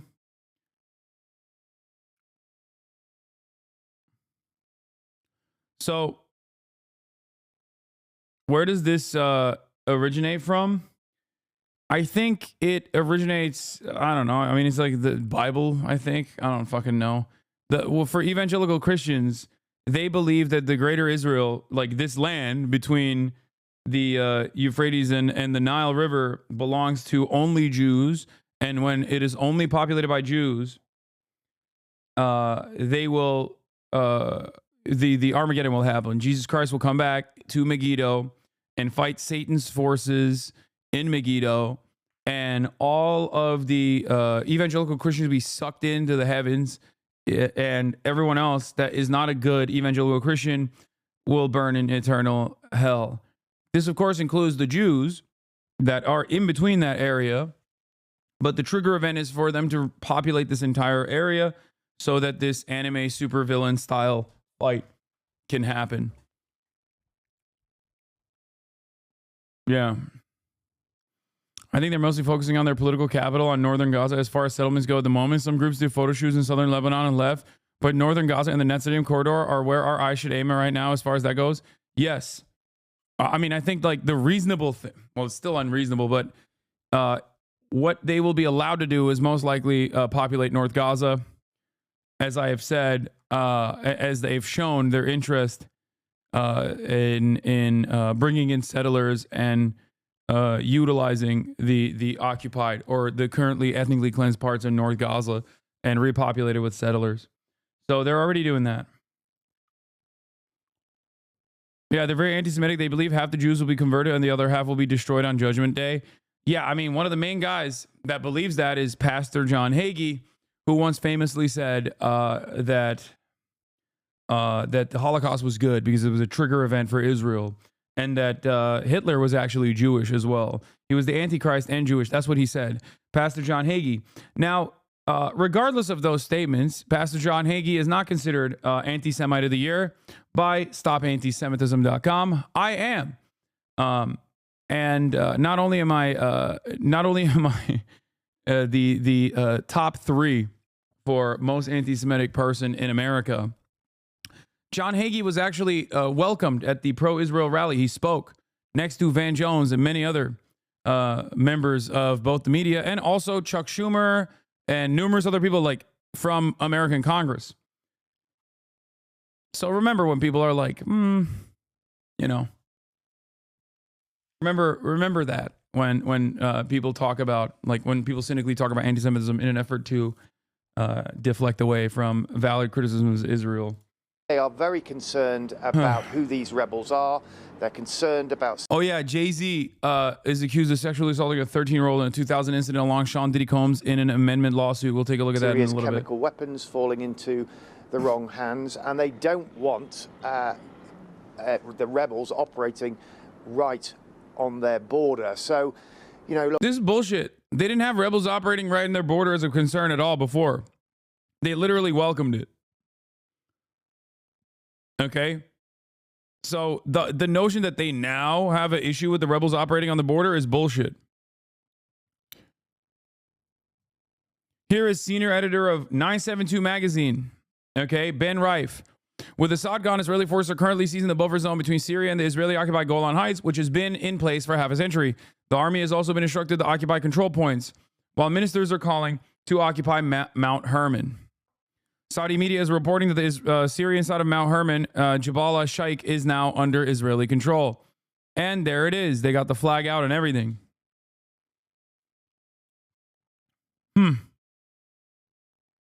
Look, Israel is fighting wars in Gaza. The one in Lebanon has only just finished, but it does seem like it's willing to engage with Syria as well. We've just had a note from the IDF warning people in 5 villages in southern Syria to stay indoors for their own safety because Israel could be preparing to make strikes there.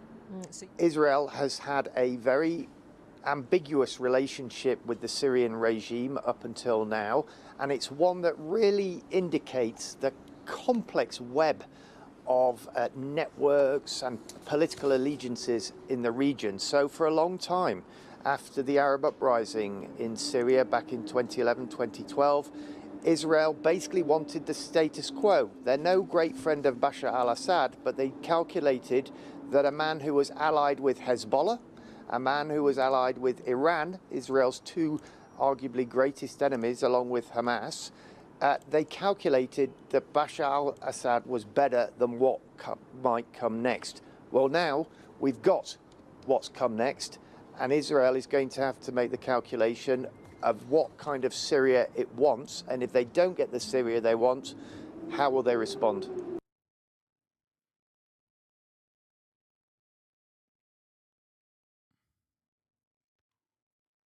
Bombing Damascus, taking a photo with the Israeli flag on Syrian territory is a provocative way to greet the new regime on its first day. I assume the Israeli Decision makers have already calculated that they can't have peace with any regime in Syria and are sending a message.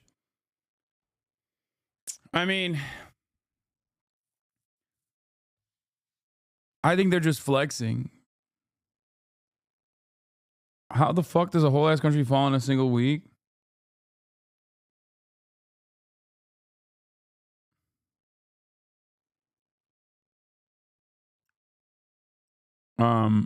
I mean, it was already held together with ticker tape, if that makes sense. It wasn't, there has always been, at least for the past decade, there's been like a very strong, resilient anti-government movement in the country. There's a shit ton of Western efforts, Western involvement that propped up some of these groups and armed them.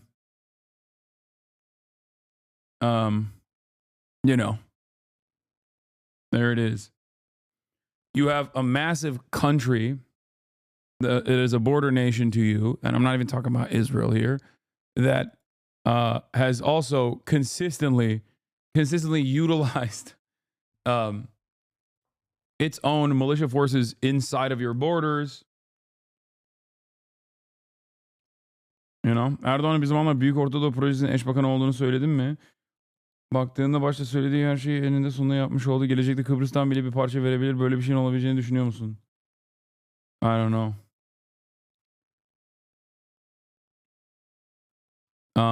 All right. Yeah, we're gonna see what the CNN crew said in Syria Clarissa after the Assad regime fell. Spoke to us from inside the Syrian capital of Damascus. Here is some of what she told us. It's a little bit eerie, certainly, and there's definitely a sense when you talk to people that they're delighted, but they're cautious, they're concerned. What comes next? Yeah. Why are they cautious and concerned? My American chatters are telling me I should not be cautious nor concerned. It seems like even CNN, Clarissa Ward, is saying that, understandably, the Syrians are cautious and concerned.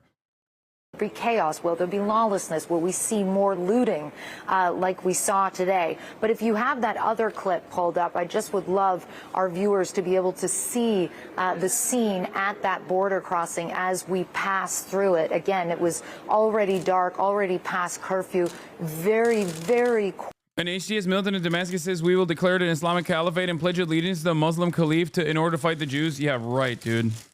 Sure. There's got to be someone who's like pro-Assad that's claiming that. And I don't mean that they're not like anti-Semitic or whatever. I'm sure plenty are. But they will never, I don't think they'll fight Israel at all. You're out of your fucking mind if you think that they're going to fight Israel.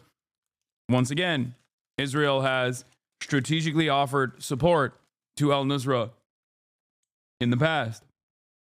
That's just not a real thing.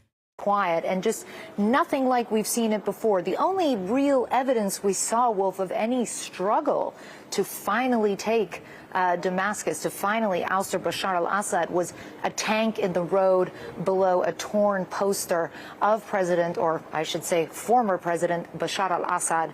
Take a look at that clip if you can. So we're just crossing now into Syria. It's astonishing to see. It's absolutely empty. The border points before, there would have been soldiers, there would have been border guards.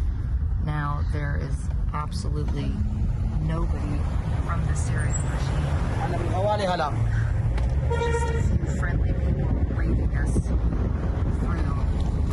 And honestly, the last time I came down this road was back in 2011. I was leaving Syria. I had been undercover in Damascus, posing as a tourist, went back into Lebanon, and I never went.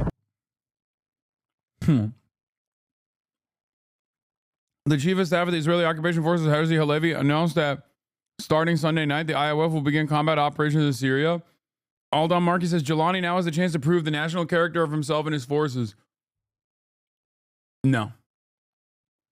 And this would be tremendously beneficial for him. If he wants regional recognition, look at what the Ansar Allah administration got in terms of positive coverage from the entire region because of their blockade on the Red Sea and because of their military campaign against Israel. If there is no easier way, well, Kai was barking with my dad. There is no easier way to gain immediate legitimacy other than in the region, other than attacking Israel immediately. The reality of the matter is he will not do that. He just will not. There is no way. Even if it would be beneficial for them, it would ultimately be very harmful for them if their interest is to control Syria. America will never allow a hostile entity to control Syria. Aha. Peki. Yürütür müsün? Peki. Peki ver.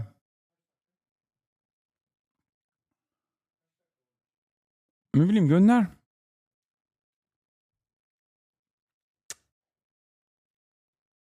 Anyway.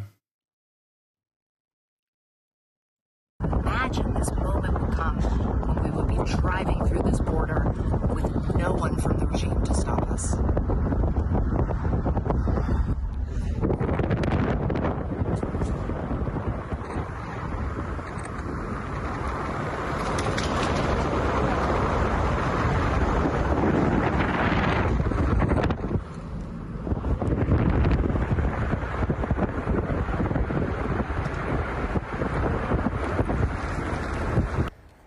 And Wolf, my cameraman, Scott McWhinney, just found this on the ground, literally, as we were listening to that clip. This is the old flag of the Syrian regime, which has 2 green stars. The rebels' flag has... I'm sorry I stopped playing Valorant. Zombie Queen. Said, ew, I'm still following this asshole. No thanks. Down 40K plus viewers. Thank God. I mean, it's pretty good.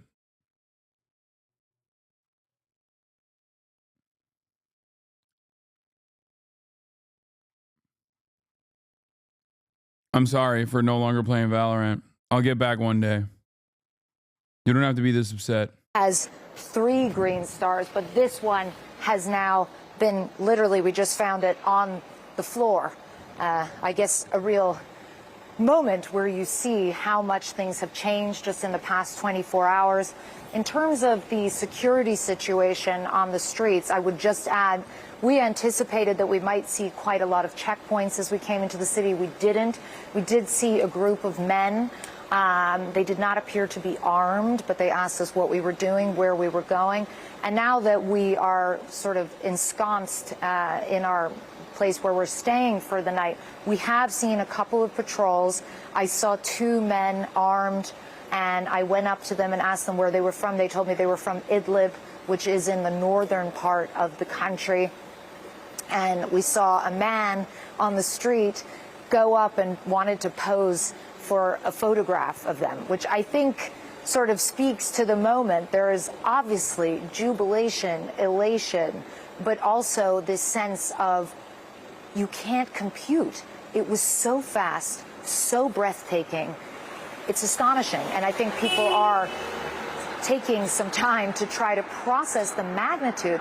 Keep in mind, Wolf, we're talking about 53 years of Assad rule, 53 years of a brutal police state. And I can't tell you how many Syrians have said to me, Wolf, that, you know, we understand that there are concerns about the rebels and the makeup of the rebels and the fact that some of them are Islamists and some of them are even jihadists or have been affiliated with al-Qaeda or prescribed organizations. But let us have this moment. Let us celebrate the fact that this brutal dictator who has ruthlessly killed hundreds of thousands of people, who has gassed children with lethal nerve agents, who has...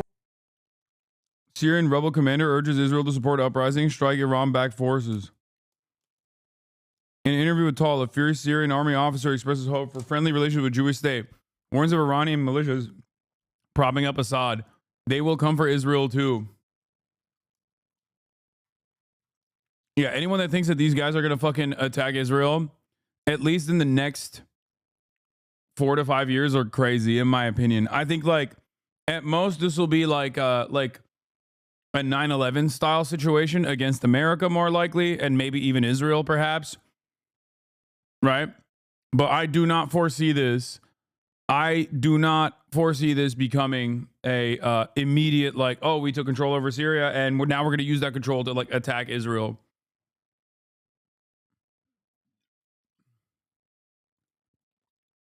Russia said that Assad didn't have the will to fight after all.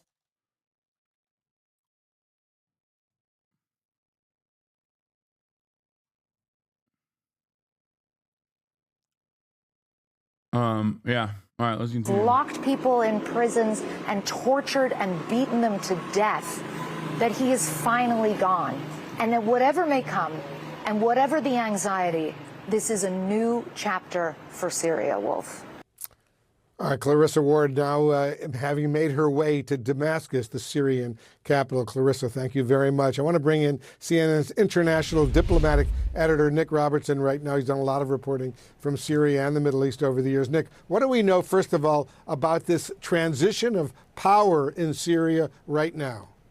Yeah, risk and opportunity is sort of the way that President Biden spoke about it in his speech there. He mentioned being vigilant, and he said that because we've heard, he said, what the rebel leadership who had its roots in al-Qaeda, we've heard what they're saying.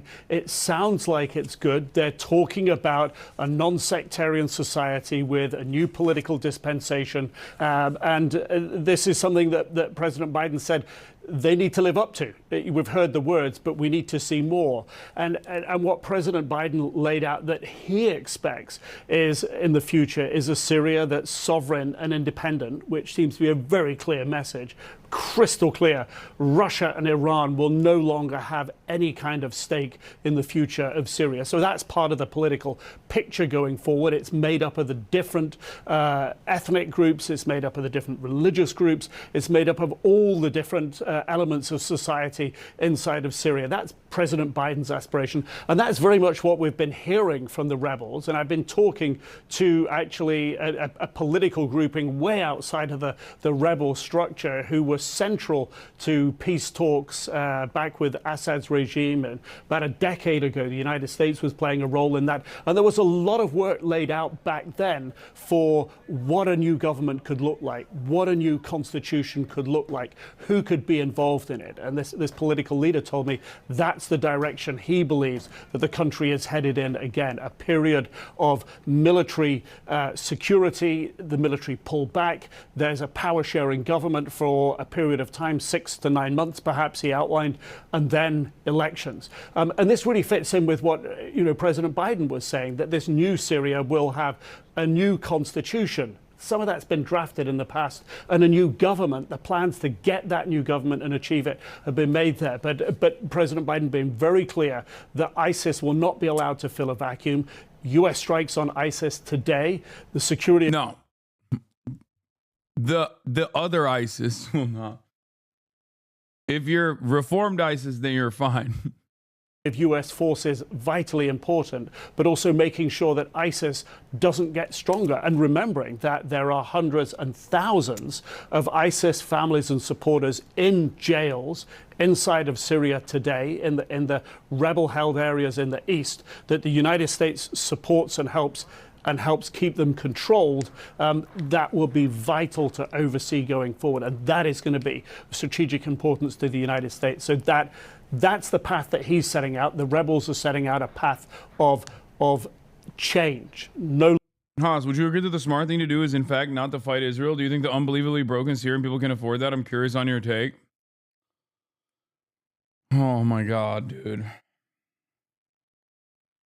Brother, you have not stopped talking about, you have not stopped talking about how fucking misunderstood Jelani and his group is. And now you're like, well, it's actually realpolitik. Brother, Yemen is the poorest country in the fucking area, okay? Yemen is the poorest country in the region. The Ansarallah administration was literally in the midst of a massive, damaging, deadly civil war backed by UAE cutouts and also the Saudi cutouts that were instituting a blockade using American weapons, killing the entire fucking population. Look at what they did with the limited amount of resources they have. Okay? We are not poor. Stop slandering us as token Yemeni. Dude, you have like one 1957 F-15 in your Air Force. What the fuck are you talking about?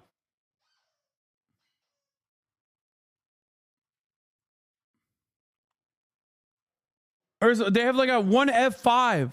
We are rich in culture and faith, bro. Yeah, no shit. But and I love Yemen. I think Yemen is dope. But you know, shut the fuck up when I say Yemen is poor. You can't be like, no, we're rich in culture. Like you're going up against a fucking like the oil barons in Saudi Arabia and actually putting up a decent fight. And that is something to be, you know, it's understandably something to flex on you if you want to. But it's like ridiculous to say, no, you don't understand. We're rich. Anyway, the difference between Yemen and Syria is huge, dude. Syria is an open field day for Israel. It's literally on the border. It's stupid to tell Syrians to fight Israel. All I'm simply saying is that the real reason why Syria will not participate in this is because they don't want the smoke. Whichever government of Syria that comes into play is not going to play a role in the supply chain against the axis of resistance against America and Israel in the region. That's it. That's the point and purpose of this operation. That's the point and purpose of this destabilization. Assad, playing both sides, playing all sides, at the end of the day, still allowed that to happen because it needed Hezbollah forces to quell the popular uprisings.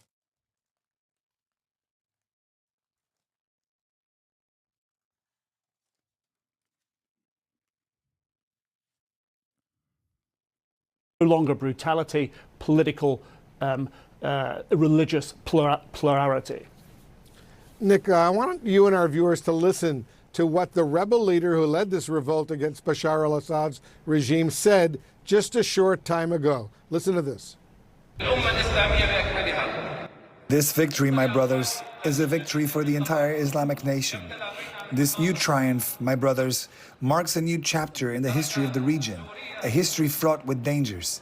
Leaving Syria as a playground for Iranian ambitions, spreading sectarianism, stirring corruption, it became the world's leading source of Captagon. But today, Syria is being purified by the grace of God Almighty and through the efforts of the Arogue Mujahideen. So, Nick, does that speech give us some insight on what could happen next now that these rebel groups are in control? Yes, it does.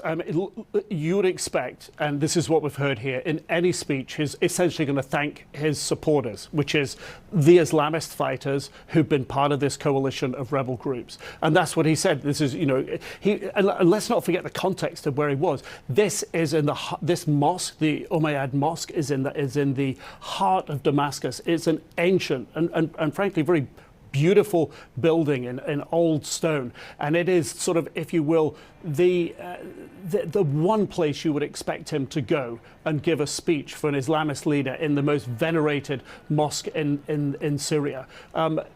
In that context, he speaks to the people who got him to power and got him to Damascus. But he also speaks about no longer for Iran to have an interest. I think that very clearly sort of talks and speaks to the negative interference that he sees Iran has played in Syria, but also to its Shia faith. He's a Sunni. It'll never not be funny to me that the media was so quick to be like, Hamas is ISIS. But then when you have literally ISIS guys, they're like, those guys are no longer ISIS. They're rebels. They're moderate rebels, former jihadi rebels. It's like, it's a super simple mechanism. It's like enemy, bad guy. Friend, good guy. It doesn't matter. There's a difference. But when he speaks about Captagon, that's a message to leaders in the region. Captagon, the drug, has been an absolutely pernicious and deadly impact on the countries in the region, from Jordan to Saudi Arabia. They all want to see an end to that production. It's damaging their societies. The money of it's kept Assad in power. And when he says that, what Jelani is doing is speaking to the leaders in the region who will help continue to keep him in power. So he's talked to the people that have brought him to a place of power, and he's talking regionally to those who he hopes can help keep him in power, Wolf. And this new group, this group, HTS, not necessarily a new group, but clearly a very powerful group right now, Hayat Tahrir al-Sham, is in charge. They've taken over for Bashar al-Assad's regime. Nick Robertson reporting for us. Thank you very, very much. Breaking news on Syria, and this time related to Israel. And Israeli airstrikes are being reported by Reuters saying... This is a real brave Mujahideen moment. It's crazy. All right.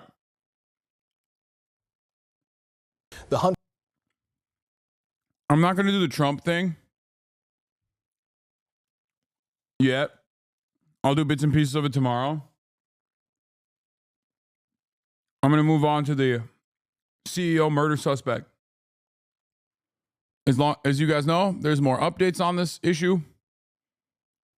This is a story that we've been following closely. First, I'm going to start off by